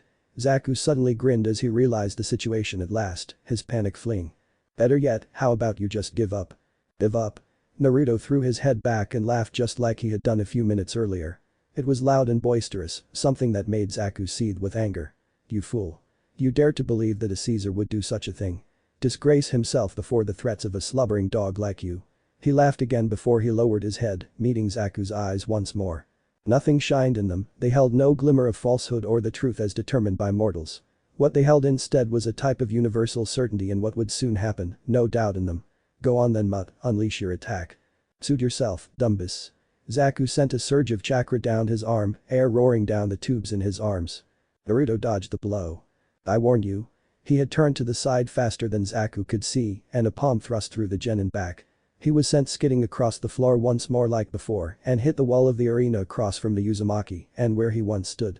He groaned as he rose back to his feet, one hand coming up to cradle his no doubt bruise he would have on his chest. Come now, dog. Naruto crossed his arms over his chest once more, a sneer befitting a conqueror on his face. I have not yet struck you harshly. Consider all I have done gentle with what I have in store if you continue to disobey your Caesar. Bastard. Zaku threw one hand forward, another decapitating airwave lurching forth and ripping through the air. Naruto didn't bother to dodge it. His hair was thrown back by the wind he did not avoid, his armor vibrated across his form as sound traveled through it and he himself seemed to shimmer in a haze brought on by the shifting air around him. His feet remained planted on the ground even if the tiles around him cracked, chipped away, outright blown apart at some places. He remained exactly where he was even as he no doubt experienced disorientation. The only sign of such a thing was the brief closing of his unfocused eyes. He opened them once more just as quickly. His hair was the only thing knocked out of place. He had ran a hand through it to bring it to order during his announcement of his title of Caesar, and now it hung around his head in a spiked mess like before. What the hell? Zaku glanced down at his hands as Naruto's grin remained in place, the immobile statue of a genin merely observing his opponent. This kid is ridiculous. There's no way he should still be standing after a direct shot. No way. Once again, he glanced to his hands and clenched his fingers.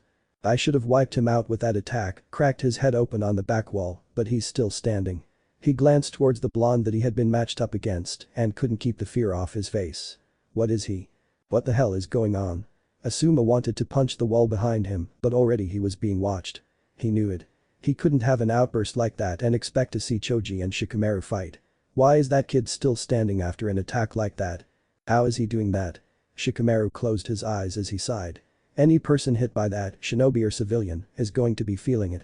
Choji couldn't take it when we got caught by these sound guys, so how come Naruto is still standing? Anybody else and they would be disoriented, probably spewing their lunch all over the ground, but he's standing there still as statue. How? You think you're great, don't you kid? Zaku growled the words as he brought his hands up, bringing them together with his palms pointing towards the Uzumaki. I don't care what you want to call yourself, but nobody is going to be able to survive my next attack, Don't even bother trying to dodge it. I'm going to turn you to dust wit. All I hear are the mad snarls of a mutt. Naruto's voice carried over Zaku's in mid-proclamation. Silence yourself before I make you howl when I strike you next. You clearly will not learn from gentle blows that draw your pathetic yelps. This guy is about to be atomized with the next one. The sound genin focused his chakra once more, most of it going to this attack. I'm done playing games with this arrogant brat. Extreme decapitating airwave. Zaku roared the words as a visible blast erupted from his hands, the arena floor torn apart as the air blast traveled forward towards the Uzumaki. A grin was on the Atogakure genin's face as he saw his victory. The dazed Uzumaki could do nothing and so was consumed by his attack without issue. Stupid arrogant brat. Zaku grinned as he lowered his hands, nothing left of his opponent. Should have learned when to keep his mouth shut. Zaku heard the sound of a pair of sandals striking the ground simultaneously behind him, but failed to turn around in time. An armored forearm clubbed him in the back of the head as Naruto grinned at him as the genin stumbled and attempted to turn, only ending up on his back on the ground. His attempt to rise was met with the blade of a pilum to his throat, the praetor of the Orange Legion, making sure to cut into the side of Zaku's neck with a razor-sharp blade. Rise if you don't value your life, fool. Naruto pressed the blade inward, Zaku afraid to flinch from the look on his face. His arms laid flat on the ground, palms down. Any attempt to move, any attempt to channel chakra to his hands for another attack, and Naruto would draw the blade back. He knew it, and so his hands were very, very still. His eyes held planning behind them. Don't even think about it. Naruto shifted his grip, drawing more blood from Zaku with a hiss. Do you think I'm not aware of your plan? The Uzumaki chuckled before he was a blur. Zaku screamed when Naruto stomped down on his hand, breaking it in too many places to count. His attempt to throw the other hand over it in his agony was stopped when the pilum embedded itself into the ground, going through said hand to do so. Another pilum appeared in Naruto's hand seconds later, and he once again pressed it to the genin's neck. It was the opposite side this time. He didn't bother speaking, only slowly beginning to press inward and drawing a greater and greater stream of blood from the neck as he did so. The boy looked into the dispassionate eyes of Naruto, blue eyes holding truly nothing in them, and had no choice. I forfeit. It was a whisper. Louder mutt. He drew the pilum across his neck to show his displeasure. I forfeit. The twin pilums vanished from sight. Naruto turned without acknowledging his defeated foe any longer. In twin bursts of smoke, a Praetorian stood on either side of him as he ascended the steps to reach the viewing area once more. Naruto Uzumaki wins his preliminary match. Hayate looked down at the sound genin that Naruto had left. Blood pooled beneath his hand and wrapped around his neck as if it was a collar.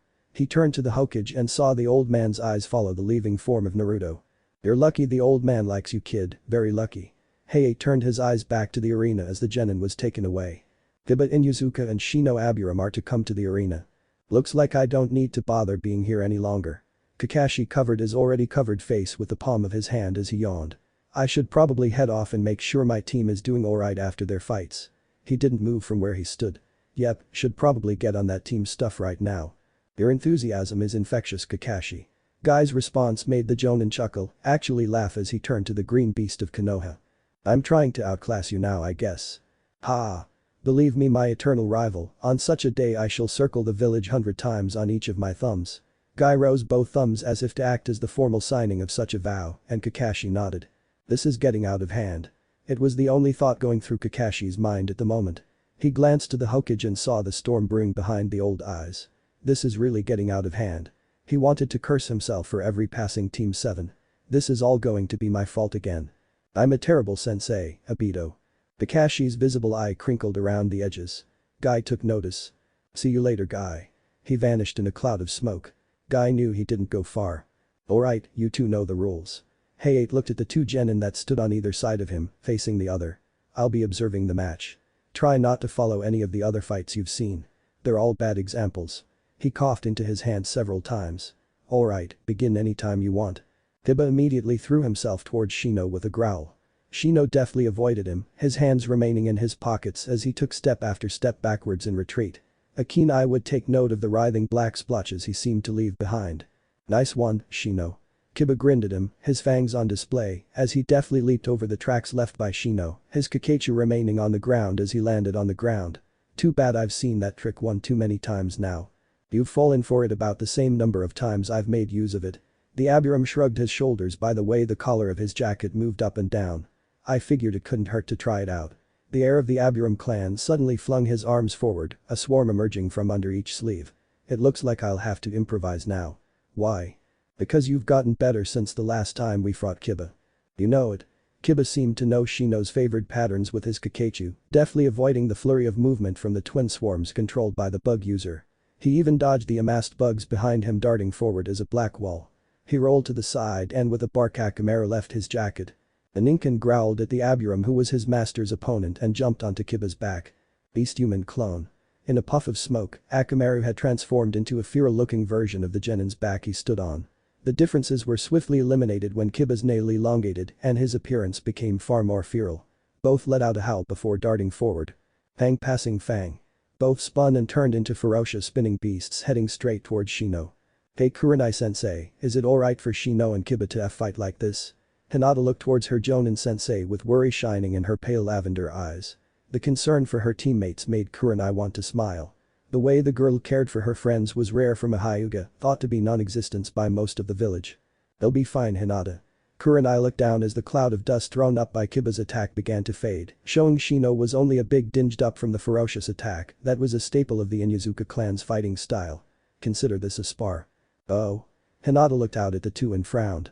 Kiba doesn't win many spars. Yes. He doesn't. Kurenai, despite such a thing, could only smile as she watched her two students battle. Pride shined in her eyes as Kiba and the transformed Akamaru landed on opposite sides of Shino as a black circle took hold of the ground at Shino's feet. You got some bugs on me. Kiba brushed some of said bugs off his sleeves, taking hold of a few and crushing them. I did. Shino spoke the fact of the battle as his hands returned to his pockets. No doubt that you'll pass out soon. Not likely.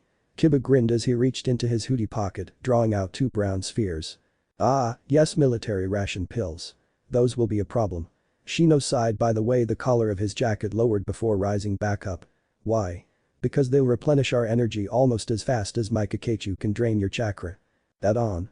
Shino wasn't idle as Kiba popped one into his mouth and grimaced as he bit down before tossing the second one over his head and to Akamaru. A dozen of his faster Kakashi intercepted the pill and a swarm swiftly consumed it. It was a fortunate thing I had those bugs waiting. Shino was almost grinning as Kiba growled at his plan being thwarted. Your combination techniques are top-notch, but Akamaru isn't going to last long without those pills and the bugs encircling Shino bulged as their numbers seemed to grow. My Kakashi are draining the both of you rather quickly. Crap. Kiba didn't let his worry show, he exchanged a silent nod with Akamaru before both went on all fours and raced forward again. I don't have many pills on me after the second stage. His team had made abundant use of his supply after 3 days of fighting, none of them expecting the preliminaries. 2 left top. He threw a kunai with an explosive tag trailing behind it forward, blasting through the sudden wall of insects in front of him. Shino's eyes seemed to widen behind his glasses before the Abiram brought his hands up, dark specks spreading across his entire jacket. Any physical contact would let the bugs latch on. Passing fang. Akamaru crashed down on Shino after avoiding the wall of bugs by jumping high into the air. The Abiram was thrown to the ground by a barrage of vicious and ferocious strikes, just as Kiba threw himself forward next. Passing fang. He echoed his Ninken partner with his own ferocious blows, sending Shino out of the circle of bugs, something which hurried to follow after him, even as the Abiram worked to swiftly regain his footing. His feet dug into the ground, chakra helping him come to a swift stop as he threw his swarm forward in a rare offensive maneuver. The swarm separated into 5.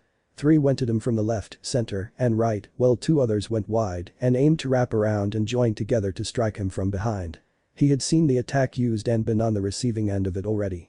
Kiba was about to dart to the side when a white and brown dog hit the floor where his copy once stood. Oh no. Hinata looked down at the match and couldn't help the concern in her voice. Her byakugan took hold of her eyes, and the normally impassive Hyuga eyes reflected her worry even then. Akamaru's chakra is being drained too much. Kiba's human beast clone techniques are useless now. Trust me, Hinata, Kiba has a plan. Kurenai patted her genin on the back, her eyes focused on Kiba as he grabbed the near-collapsing Akamaru from off the ground and threw himself out of the way of the attack. The swarm directed to the right managed to graze him and his jacket was being covered by the Kakashi. I like this thing too. Kiba made his decision, drawing a kunai in the arm not cradling Akamaru and tearing his jacket apart with a few precise slashes. He hit the ground with a series of rolls, probably aimed to squash any bugs that had gotten on him, and threw his kunai behind him. Shino deftly blocked it with his own ninja tool. The ripping of strands of fabric filled the air between the two as his Kakachu feasted on the jacket in the frenzy he had sent them into for such a swift attack. "You'll owe me a new jacket once I win, Shino." Akamaru was released from his grasp and Kiba crouched next to the Ninken, running a hand through his fur to an appreciative tail wagging from Akamaru. "And you'll owe Akamaru a few things too. I intend to replace your jacket once I win, Kiba." Shino returned his hands to his pockets. "You'll need to provide for Akamaru yourself afterward." Kiba grinned at the challenge and Shino's words. "Let's see who's right then." He had managed to snatch one military ration pill from his jacket before the Kakachu had forced him to get rid of it and bit off half of the vile-tasting pill with a grimace. He offered the other half to Akamaru who grimaced as he quickly gobbled it up. His fur turned crimson before the Ninken growled, once again assuming Kiba's form in a cloud of smoke. Both feral-looking boys nodded to each other before they darted forward on all fours once more. "You're getting better, Kiba."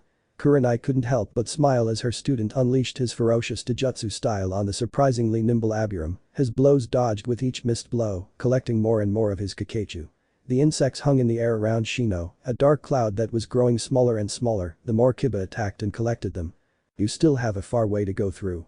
Shino took his hands out of his pockets, throwing out a number of shuriken he must have kept there to distract Kiba.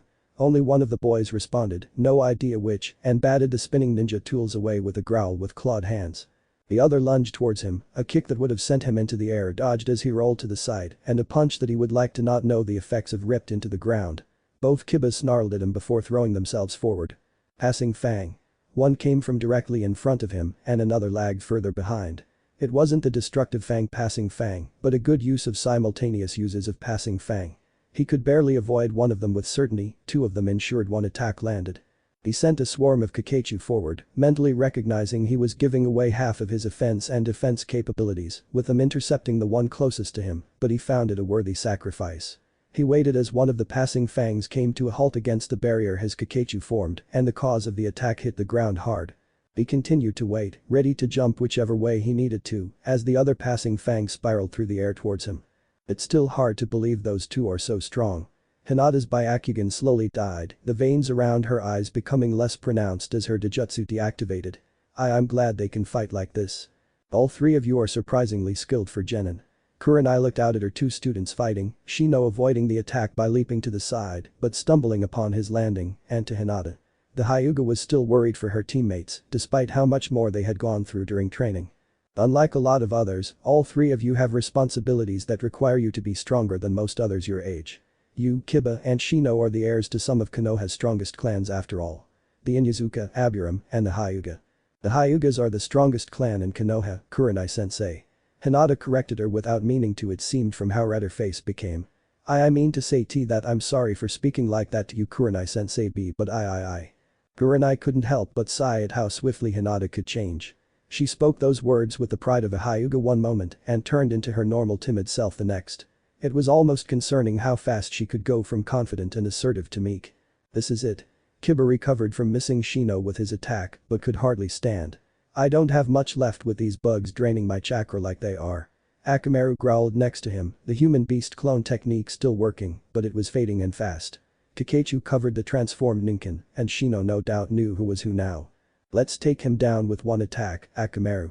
Kiba threw himself forward as the transformed Akamaru barked his agreement.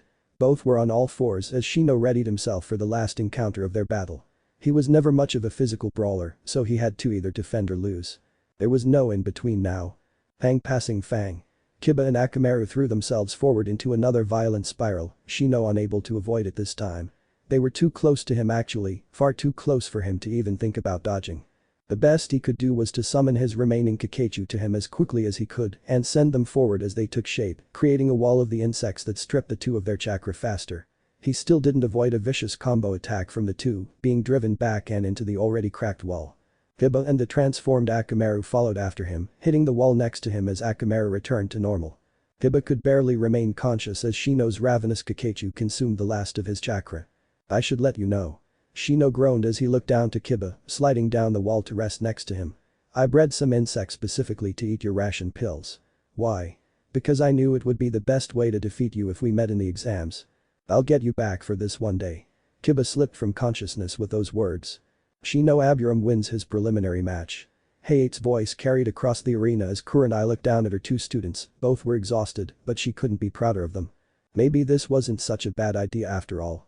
Her doubts had at last been moved aside after the display her genin had put on. They weren't monsters, but they were better than most genin could hope to be. Kiba may not become a chunin in these exams, but he was a shoe-in for the rank sooner rather than later. I had nothing to worry about after all. Neji Hyuga and Yoroi Akado are to come to the arena. Hyuga. I'm lucky to get to fight one such as you. Yoroi stood across from the blank-face Hyuga, his arms crossed over his chest. Pale eyes looked over his opponent and expressed nothing. I have wanted to test my skills against someone like you for quite some time. Stop whatever act you're putting on. Neji shifted his stance, chakra beginning to slowly gather at his fingertips in preparation of his use of the Hyuga's iconic gentle fist. Don't act as if you have a chance of winning this battle. His byakugan appeared without further words needed. Alright then. Yoroi's concealed face offered very little, but his shift was clear. He was ready to fight. It was suicide to many. I hope you didn't set too high expectations for you student coming into this exam, Megain-san. Guy looked to his fellow jonin, the sandy brown-haired man turning to him with a somewhat unreadable look in his eyes before they were warm. Neji is a genin like few others in this exam. We'll see about that. Megain turned his eyes back to the match without another word. I spared him one last look, noting the sudden change that took hold of him rather quickly, before he turned his eyes to his student.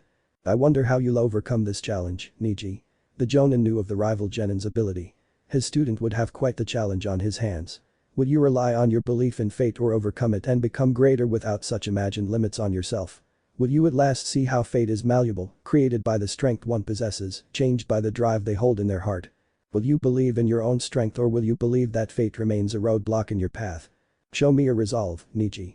Guy spoke to himself, his words difficult for even his fellow jonin to pick up. The eyes of Konoha's green beast would not be leaving the battle between the two genin below him anytime soon. Again. Hayate once again removed himself from the arena. Prepare to meet your fate. Neji threw himself forward, Yoroi merely standing where he was. A weak block was all he threw up, a poor hope of stopping the devastating gentle fist all Hyuga made use of. Pathetic. His fingers struck the arm, an act of fate showing him the tenketsu to render the limb useless to his opponent. Nothing happened. Yoroi grinned beneath the cloth covering his mouth as Neji retreated, his byakugan showing his shock as he tried to understand what had happened. He absorbed my chakra. The brief contact, the spike of chakra he sent into his opponent's chakra pathway system, was rendered useless. He had struck the tenketsu with practiced precision, and nothing had come of it besides a drop in his reserves. How can he do something like that? You always preach about fate, right? Yoroi brought his fist into his palm, his grin wide behind the cloth. What do you think about fate matching you up against someone like me, Hyuga? The genin did not give the Hyuga a chance to think of a response before he darted forward. On impulse, Neji once again made use of the gentle fist. 3 swift and glancing blows that would have stopped the attack of any other foe were useless to stop the charge of the Konoha genin. He batted away Neji's arms and his hand took hold of his face. The byakugan that was the pride of Konoha for so many years now was gone. His chakra was ripped from him before the genin could draw a kunai and force his foe away, lest he disembowel him with the tool in his hands. He nearly fell regardless of the success of his tactic, stumbling back as he held the kunai in front of him. It was clear just how unbalanced the Hyuga was in this fight. His gentle fist was a complete failure against the opponent in front of him. I figured you out. Neji did not lower his weapon as he spoke. His face didn't carry arrogance, his eyes did not look down on his foe. You can absorb chakra through direct physical contact. I'm surprised you could figure that out so fast, Hyuga. Yoroi chuckled, a number of shuriken drawn to fill his hand. You must be feeling like fate is screwing you over right now, right? You only know the Hyuga gentle fist, and that kind of attack is worthless against a guy like me. He threw the shuriken forward, Neji's pale eyes narrowing as he deftly deflected them. Yoroi appeared behind him, dust sent into the air from his sandals striking the ground. He swiped at Neji with a kunai in his hand, but the Hyuga deftly avoided the slash as well, the veins around his eyes far more pronounced, but not for long. His byakugan faltered a moment later as he threw his kunai forward and rushed through hand signs. The Academy clone technique was used by the Hyuga as 3 identical genin landed in front of Yoroi and each drew a new kunai. The Konoha genin showed no concern with the 3, he spun the kunai he had caught out of the air by the ring on his finger. Face it, you can't beat me. Yoroi dashed forward again, his hand extended to grab hold of one of the niches. You're done for Hyuga. He had made the right choice, it was the real Neji that his fingers hardly brushed before he was jumping away and landed on the ground to the side of the Konoha genin. The useless illusions that were his clones vanished from sight, a haze consuming them as they faded from existence. Trying to use techniques like that against me now? Yoroi laughed from where he now stood. You're one pathetic guy, you know that. The moment you lose your precious gentle fist, you resort to academy-level techniques. It'll be an embarrassment if a guy like me fell for simple tricks like that clone thing. Yoroi raced through hand signs. Let me show you a real technique. Suiten. Miserapa. The same technique Kakashi had used to stop Sasuke's immolation of kin earlier was used by Yoroi, shooting a stream of pressurized water forward from his mouth. Neji dodged it by jumping to the side, but Yoroi showed rather impressive chakra levels for a genin. He pursued Neji, the stream of water consistently after him, no matter how fast the Hyuga ran. This isn't good. Neji at last jumped onto the walls, standing horizontally on them and ready to continue avoiding the attack when it suddenly stopped. The arena floor was partially flooded by the large amount of water the genin had unleashed with his attack, and he easily stood on top of it. My taijutsu is useless against him. His byakugan reappeared in his eyes with a moment of concentration, the veins pulsing as he struggled to maintain it. He looked out at the changed arena and didn't do much else before it faltered, and his eyes returned to normal. He dropped onto the surface of the water and was once again joined by a duo of illusionary clones. Idiot. Yoroi instantly picked out the real Neji. It was simple since the one on the left was the only one to produce ripples on the water's surface, while the other two failed to do the same. He doesn't understand how to fight without his byakugan. Yoroi began his attack again, intentional heading towards the one on the right. Neji, the real one, immediately shifted his stance to intercept him as the clone in the center did the same. He was about to launch himself forward and strike Yoroi unaware from the side when he finished his next set of hand signs. Suiten. Daibakuryu no Jutsu.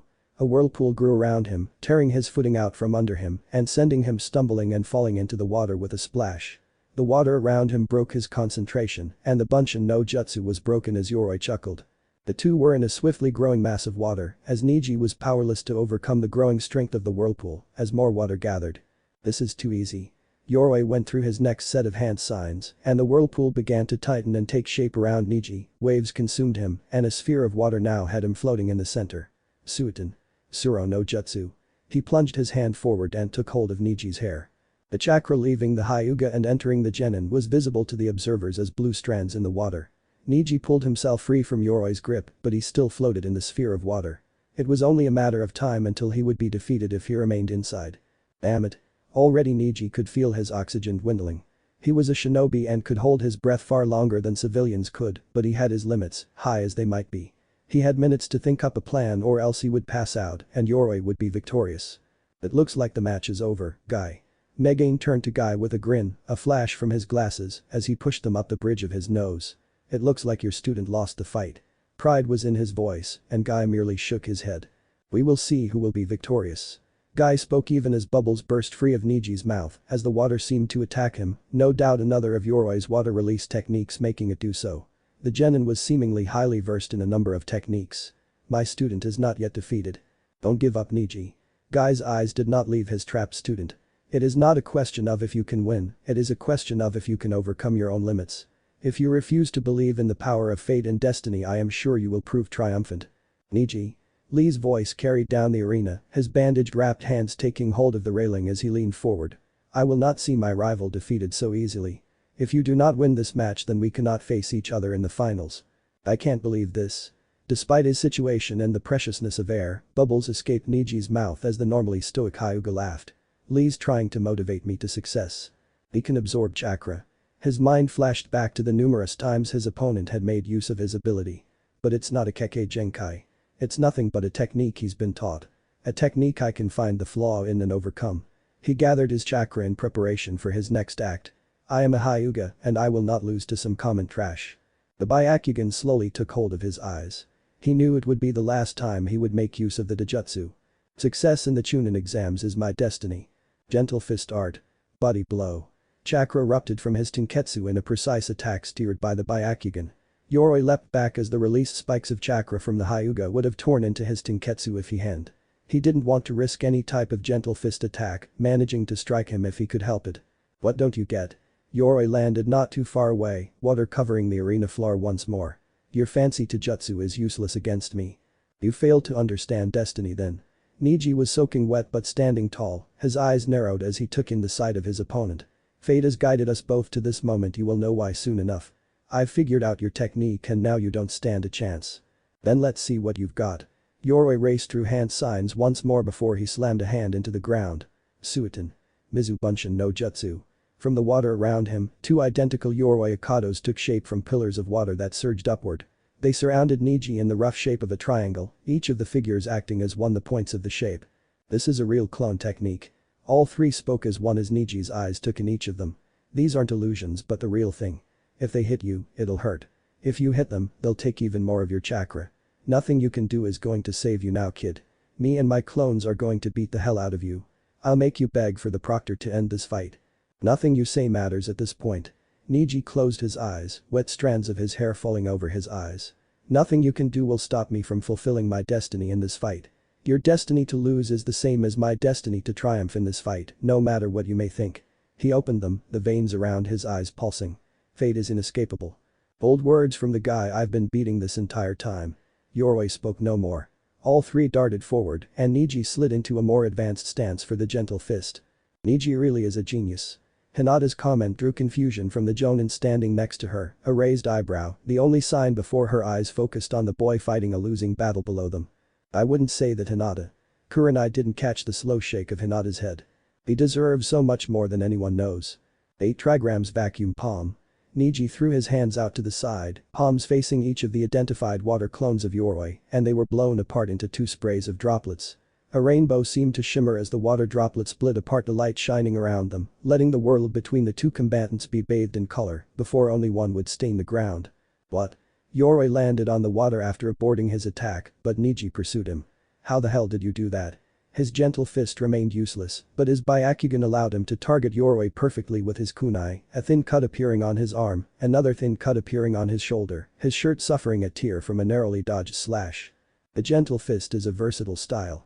Neji's had the faint traces of a grin on his face as at last he found the opening he needed. He threw his weapon forward, Yoroi easily avoiding the weapon, and it dug into the ground instead. You should understand that if you ever attempt to fight a Hyuga, commoner. The Hyuga's arrogant words seemed to be enough for Yoroi to cease his dodging. He had nothing to fear as the Hyuga gave up his only means of attack against him. His hand lunged forward to grab hold of the Hyuga, but he was deftly dodged before Neji jumped back as he reached into the pouch behind him. He crouched down upon landing, and his next action made nearly all those watching raise their eyebrows. Well, all those except his teammates. "Ai-sensei, did you T-Rock?" Lee was interrupted in the midst of his question by a chuckle from Guy. "I believe Neji is simply showing some of his genius to us all." Guy looked down as Neji took a kunai to the bandages wrapped around his leg and transferred them to his bare arm with surprising speed. The bandages around his other arm were loosened and cascaded down around his hand and pooled on the floor of the arena. "You should have kept those bandages on, Hyuga." Yoroi didn't charge forward and instead brought his hands together with a resounding clap. "They were going to be the thing holding you together once I was finished with you. Now the medics are going to be quick to stop you from bleeding to death when I win. You fool." Neji arose, the bandages taking on some of the water that still covered the arena floor. "You'll know your fate soon enough." Yoroi answered such words with a growl of annoyance as the water around him began to take shape, his chakra leaking from his feet into the water. The water around him began to gather and build, a burgeoning wave lifting him up before lowering him as it built higher and higher. Neji made no move to stop it as he remained where he was, the water-soaked bandages striking the floor once the water was gone. Yoroi let out a shout before he was thrown forward, carried forward by a wave of water towards the Hyuga. His hands remained clapped together but wouldn't be for long. The moment he was in range he would grab hold of the Hyuga and drain him dry of chakra. "This match is over with." Guy and Megain mirrored each other's words. The two jonin knew the match was over the moment the wave of water had begun. Yoroi. Neji. Will win. This is it.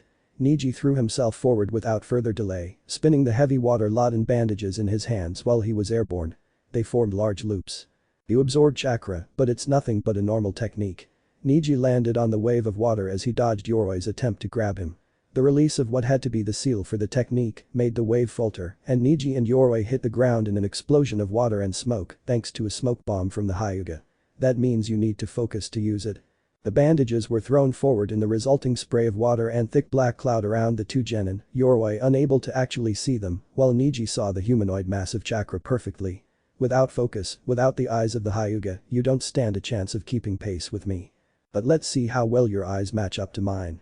Yorwei's arms were bound to his side, thanks to the loops of bandages being tightened against him. He tried to break free, but found the bandages were surprisingly strong. One of the loops he found wrapped around him would have been difficult to free himself from, but it seemed like a near dozen kept him in place. He was trapped and knew it. You're within range of my divination. Neji's stance was odd, his arms were spread with one forward and one back as he leaned towards his side.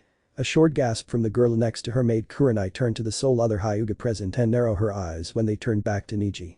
Neji really is a genius. Unwanted, her student's words echoed in her head. Is this what you meant when you said that, Hinata?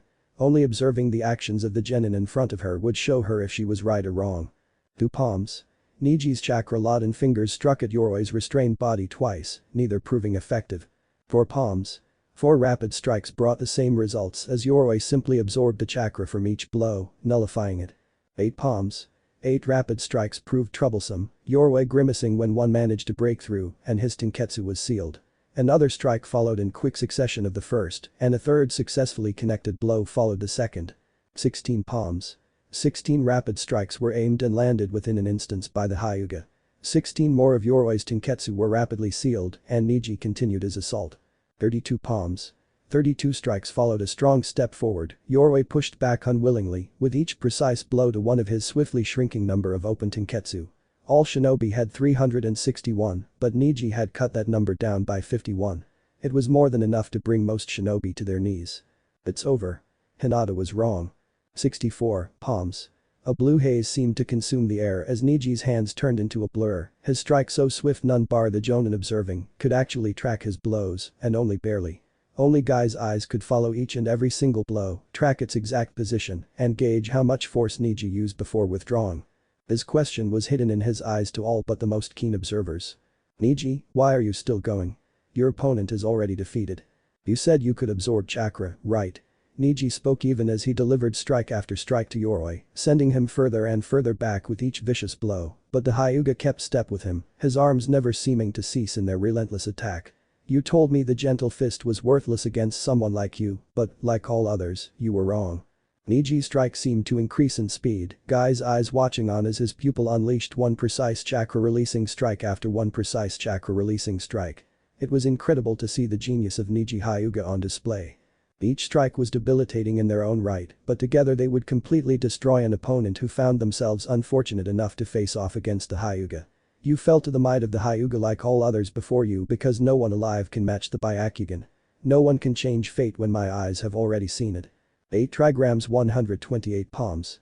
The name of the legendary technique of the Hyuga, a technique that was to be taught only to the most skilled of the main family, was accompanied by a single strike, the 128th in rapid succession, to Yorwei's chest. All in all, the Hyuga had sealed 115 of the genin's tenketsu. Neji's fingers remained where they had last struck as the Hyuga prodigy's shoulders heaved up and down as he took in deep breaths of air. His chakra was exhausted from his rapid assault, but a ghost of a smirk played across his face when he realized something. I knew you couldn't keep up. No chakra was taken from him. Know your fate. Neji withdrew his hand and stepped back. Yorwei fell forward. Neji Hyuga wins his preliminary match. Good job, Neji. Guy offered his prodigal student a thumbs up with a proud smile on his face upon his return to the upper area of the arena. Like I thought you would, you emerged victorious no matter the challenge set before you. It was my destiny to win. Neji did not say much more, leaning against the wall behind them and letting his byakugan fade from his eyes. Guy's smile dimmed slightly as he turned back to the arena, Chunin making it usable for the next match after Yorwei had flooded it. Medics were currently carrying the unmoving genin from the room. He knew the genin's condition with a glance and did not envy the medic who would discover it for themselves. You still need to learn self-control it seems. Guy shook his head at his student's still unchecked temper. He had hoped it would have been tempered given time, but it seemed Neji's natural skills and talent had made it into a thing unchangeable with nothing short of his own intervention. Congratulations on your student's victory, Guy. Megain spoke those words tersely to him before vanishing from his sight. He would no doubt be leaving to meet with the medics about the condition of his student after witnessing one of the Hyuga's greatest techniques being used against him. His condition was no doubt something of concern. Neji. Hinata's byakugan allowed her to see the state of her cousin much more thoroughly than any observer. He was tired, his chakra was nearly depleted, and he was lucky he hadn't torn the muscles in his arms with his use of the 8 trigrams 128 palms. What did you have to prove? You could have defeated Yoroi with the 64 palms, but you didn't stop there. You kept going and your last blow. The gentle girl shook as she remembered simply seeing the last blow delivered by Neji. Her eyes had let her see far beyond what anyone else did, and it was horrifying. Why did you want to hurt him so bad? A fellow Konoha shinobi and you do that to him? The gentleness left her eyes, replaced by something no one would want to see in the eyes of Hinata Hyuga. You're nothing but a monster. Hate shined in her eyes, but it just as swiftly turned to pity. Her eyes focused on the exhausted form of her cousin, and she couldn't deny that she was unable to hate him like she should have. She couldn't even look down on him like all members of the main family did to those of the branch family. The Hyuga made you like that, but you don't have to let it consume you. You're a genius who can't reach the heights you should because of your birth. You surpass those limits with the genius you were born with, but you go too far. Anytime you talk about fate and destiny you become brutal like that. You hurt Lee when all he wants to do is be your friend. You hurt me whenever we had to spar against one another, and you even try to hurt your own sensei when he decides to spar against you. You tried to kill another genin from the village because you felt slighted and you were happy about it. Her byakugan had let her see the minute expression he wore with his final strike. It was a smile that vanished as quickly as it had arrived, however slight it was. You didn't fully seal the last Inketsu you struck only because you ran out of chakra using the first half of the 8 trigrams 128 palms. If you had any more you would have sealed it entirely and his heart would have given out from the attack. Her byakugan slowly faded from her eyes. She needed to conserve chakra for her own match later. You have so much hate in you, but one day I'll show you why your way is so wrong Neji. Lee, your match is next. Guy looked at the display that hung above the arena still, 5 rows darkened and 5 remaining. Rock Lee vs Dosu Kanuta was the currently highlighted one. The last Atogakure genin in the preliminaries after both of his teammates, Rin Tsuchi and Zaku Abumi, had fallen to the 2 male members of Team Kakashi. Both had been rather one-sided affairs. I want to know your strategy. I expect him to employ similar techniques to his teammates, so I am prepared to move faster than any sound he uses can reach me. Lee looked down at the arena, his future battleground, with a fire burning in his eyes. If I am to fail, if I do not move fast enough, I will make it my mission to become faster than sound, and, if my flames of youth prove themselves to burn hot enough, surpass the famed speed of my own sensei, the incredible Taijutsu master Mito Guy. You truly do make me proud Lee. Guy's eyes shared the passion of his student. You are truly the finest pupil I could have asked to teach and impart all my wisdom to. I am proud to live up to such high expectations of excellence Guy sensei. If I am to ever fail them I shall not rest until I have completed 500 laps around Konoha running. No Lee. If I was to ever fail in teaching you, I shall complete 1,000 laps around the village hopping on one foot. Such a fine pupil as yourself could never fail when your flames of youth burn so brightly. Guy sensei. This pupil of yours could not have asked for a better sensei. It is a pupil like yourself that honors the master Lee. Tenten sighed as the two, student and teacher, acted just like each other in their exuberance. She glanced from where she stood to where Neji seemed to have fallen asleep standing up but couldn't blame him. He had faced a difficult opponent and managed to come out on top despite everything being against him, with his gentle fist rendered useless until the end. You really are something else Neji. Tenten couldn't keep the smile off her face as she looked at the genin that would certainly make Chunin. His raw skill made the rank of genin almost an insult. I'm not going to sit by and just watch you go far through. I'll take down that Suna kid no problem. Her eyes looked to where her name rested. I don't care about who your dad is, Kazukiage or not, you're going down. Rock Lee and Dosu Kanuta are to come to the arena. Hate's voice carried up to the onlookers as the water filling the bottom of the arena was removed at last. I will not disappoint you Guy sensei. Lee threw himself over the railing, striking the ground feet first and rushing to the Takibetsu Jonin. Dosu followed at a much more sedate pace, his hunched and bandaged form slowly walking down the steps and across the arena floor. The mission isn't going to plan. It was all he could think of. Everything had been ruined since the Forest of Death had been overrun by what had to be 1,000 clones of the blonde. They had run rampant over the competition and he was still surprised his team had managed to avoid a fight they couldn't win. He had seen too many teams go down trying to get a hold of one of the hoarded scrolls the Uzumaki left lying around. I need to finish this quickly and contact Lord Orochimaru about what to do. His thoughts turned to Kin and Zaku then, and he grimaced. I'll also need to report their failures or pay the cost myself if I try to trick Lord Orochimaru. None of that matters now through. Dosu came to a stop in front of Rock Lee, the green-clad genin, and his single visible eye glanced down to the device that would allow him to quickly claim victory. No fancy Hyuga eyes, no bugs, no dogs, no clones, and no sharingan can stop my attacks. This kid will be begging me to finish him off by the time I'm done. Once I'm done with him, I'll finish the mission in the finals. Alright, you two know the rules by now. Hayate stood with his hands in his pockets, he glanced from one of the genin to the other before he rose one hand. Begin. He dropped it and once again vanished to the hands on the other side of the arena. Lee did not immediately attack Dosu, he kept light on his feet and barely seemed to restrain himself from darting forward, but did not press his luck. Zaku Abumi used sound and air to his advantage, Kintsuchi used sound to employ Jinjutsu, his skills may be proficient enough to have already trapped me in a Jinjutsu, but I can break them. Any air attack I can dodge if I see him aim. If he uses sound I will outrun it. Lee's eyes burned with his determination to win, just as Dosu slowly brought his arm out from under his straw raincoat. It seems this team was adept with teamwork. Guy's comment drew the attention of all those nearby. Kin possessed long-range Jinjutsu capabilities that were formidable, Zaku possessed mid to close-range combat, forcing opponents to avoid his attacks, yet still be debilitated by his sound, and it seems Dosu fulfilled another role. My best guess is that he was the interceptor, preventing opponents from drawing close to his teammates with that strange gauntlet on his arm. It no doubt amplifies sound to leave his opponents defenseless to his teammates. Spot on, Mido Guy. The sensei of the Odo team couldn't help but chuckle as he overheard Guy's assessment of the three genin. You truly are something else, but I shouldn't be surprised with that coming from the man who rivals a man like Kakashi Haddock, a jonin who's copied over 1,000 techniques with that sharingan of his. His eyes stayed focused on the jonin who looked down towards the arena. You always do play the fool to disguise just how frighteningly intelligent you are. The Taijutsu master glanced up suddenly and the Odo shinobi did not look away. The two locked eyes. You're not too far off, Mido Guy. The jonin chuckled as he turned his eyes back down to the two genin. My team was trained to work together, but you'll find they work just as well apart. Two failures can't bring down an entire team with a boy like Dosu-kun to pick up the slack. Guy's eyes did not leave the jonin's face for several more moments. He eventually did turn back to the fight, but it was with some hesitance. The jonin fought down the urge to look at the foreign jonin in the end. He figured his eyes were playing tricks on him. The idea that he was looking at a corpse was insane. The man across from him had spoken, breathed, and through his eyes shined with a cruelty, they still held the spark of life. The jonin probably made use of a technique, however strange it was, to mask his appearance for whatever reason. Are you just going to stand there all day? Dosu did not bother with moving forward. His arm was raised up to his chest and already chakra was gathering there. It doesn't matter if you decide to stay where you are or attack me. This match will be over in a single attack. Indeed. Lee's eyes narrowed as he crouched down, his hands going to his orange leg warmers and reaching into them. We are at a stalemate that can be decided only by speed. He rose back to his full height, drawing the weights kept on his legs up with him. You are proficient in sound-based ninjutsu, while I am a burgeoning master of taijutsu. He smiled as he tossed the weights away and crouched, falling into a runner's stance.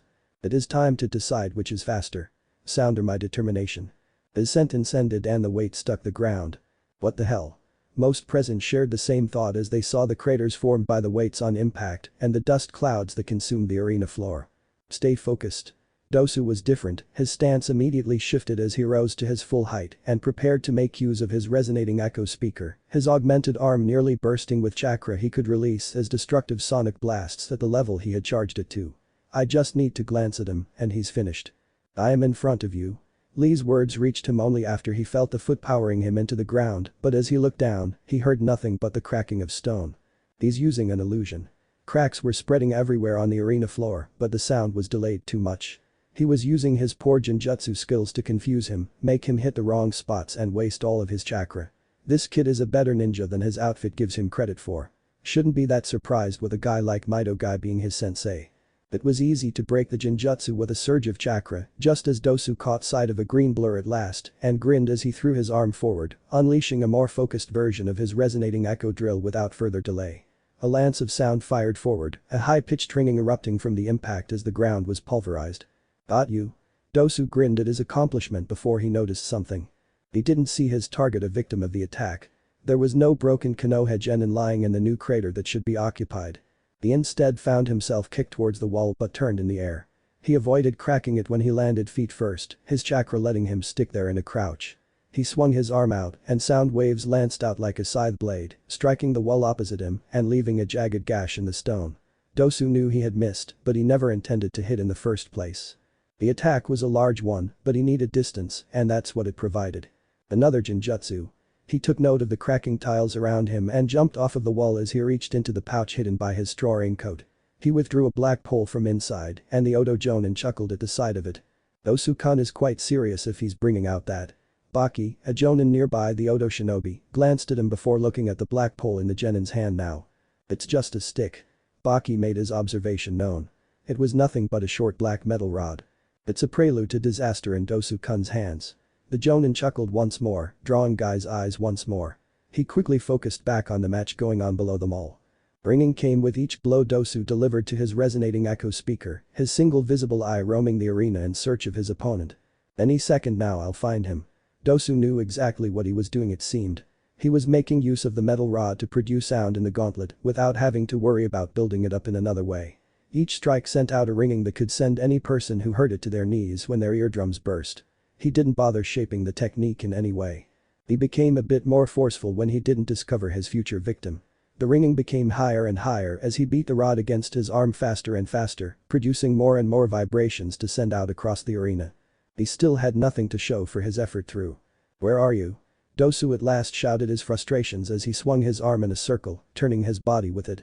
A high-pitched scream followed as the released sound ripped up the tiles of the arena floor around him and sent dust spiraling into the air. He at last spotted his opponent once he completed his revolution.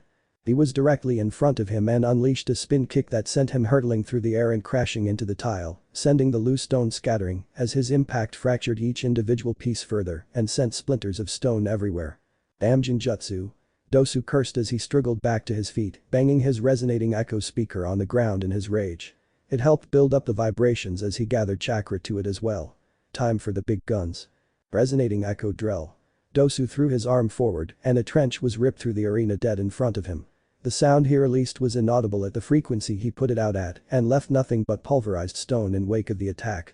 "Damn it." Hade observed from high above the two battling genin, earplugs rendering him completely deaf to the world. "This place is getting wrecked, so it'll have to be fixed again, and I'm only halfway through the matches. You guys going to kill me if I come home late, and at this rate, I better get my headstone ready." He felt like banging his head against the wall. Why can't one of these kids just pulverize the other in each match? I could get home on time then. Dosu was kicked up into the air as the stone beneath him was cratered. The Odo genin tried to swing his arm, but it wasn't fast enough to stop Lee's next attack. "That will not work." Lee's voice again came too late. He was already being powered towards the ground and hit it hard, hardly swinging his arm in time to pulverize the stone to something softer with focused sound waves. He hit the ground and sank into it with his single eye, searching the arena for Lee, but failing to find him, even if the ground continued to crack around him. This is getting strange. Dosu had time to think as he hid himself away for now, idly tapping his finger against his resonating echo speaker to build up his next attack. That kid's genjutsu isn't that good to keep me from breaking it. He can't be good enough to keep reapplying it at the same time. Dosu took hold of his now aching face, knowing a bruise was forming from where Lee's first blow had struck him. "Whatever. I've got an idea." Dosu closed his eyes, an image of the arena coming to his mind. "I'll burst out of here, but I'll make sure he's a goner when I go up. There should be enough sound built up in this thing to let out a massive blast, one that'll shatter the walls and definitely bring this kid down. Once he's down, he'll be easy pickings." He could already see it happening. He would emerge, bursting through the earth while the genin tried to attack him with his taijutsu. He'll slam his arm down on the ground, sending out a massive sound wave that would catch the kid unaware. He'll try to take a step forward, stumble, and come falling right into his next blow. A second, point-blank, sound wave would finish him off and he'll be advancing to the finals without delay. "Alright, time to put my plan into action." Dosu banged his arm on the earthen walls of his hideaway just for insurance before he ripped himself through the earth. The stone in front of him cracked, but he was already ripped free of the ground and tossed into the air, bandages wrapped around his waist, and his eyes widened at the pain. He's not using genjutsu. It was this stunned realization that greeted Dosu before a sandal-clad foot fell into his chest. He was powered into the ground and formed his own crater, his resonating echo speaker useless when he realized he was not trapped in any illusion. He couldn't hit a kid with sound if he was moving faster than the speed of sound. What the hell kind of training did this kid do? The last sound genin in the Chunin exams caught sight of a panting Lee hardly standing across from him, nearly dead on his feet, yet he was still ready to throw himself forward into the fight. His single visible eye closed as he fell unconscious with one last thought. "I wish I fought the fatso." Brock Lee wins his preliminary match. And that marks the end of the second part of the story. If you guys made it this far and want more contents like this, comment down below to let me know. Thanks for sticking out till the end. I would gladly appreciate every likes, comments and subscribes I could get on this series. It only takes a minute and best of all, you can show your support for absolutely no cost. See you in the next one.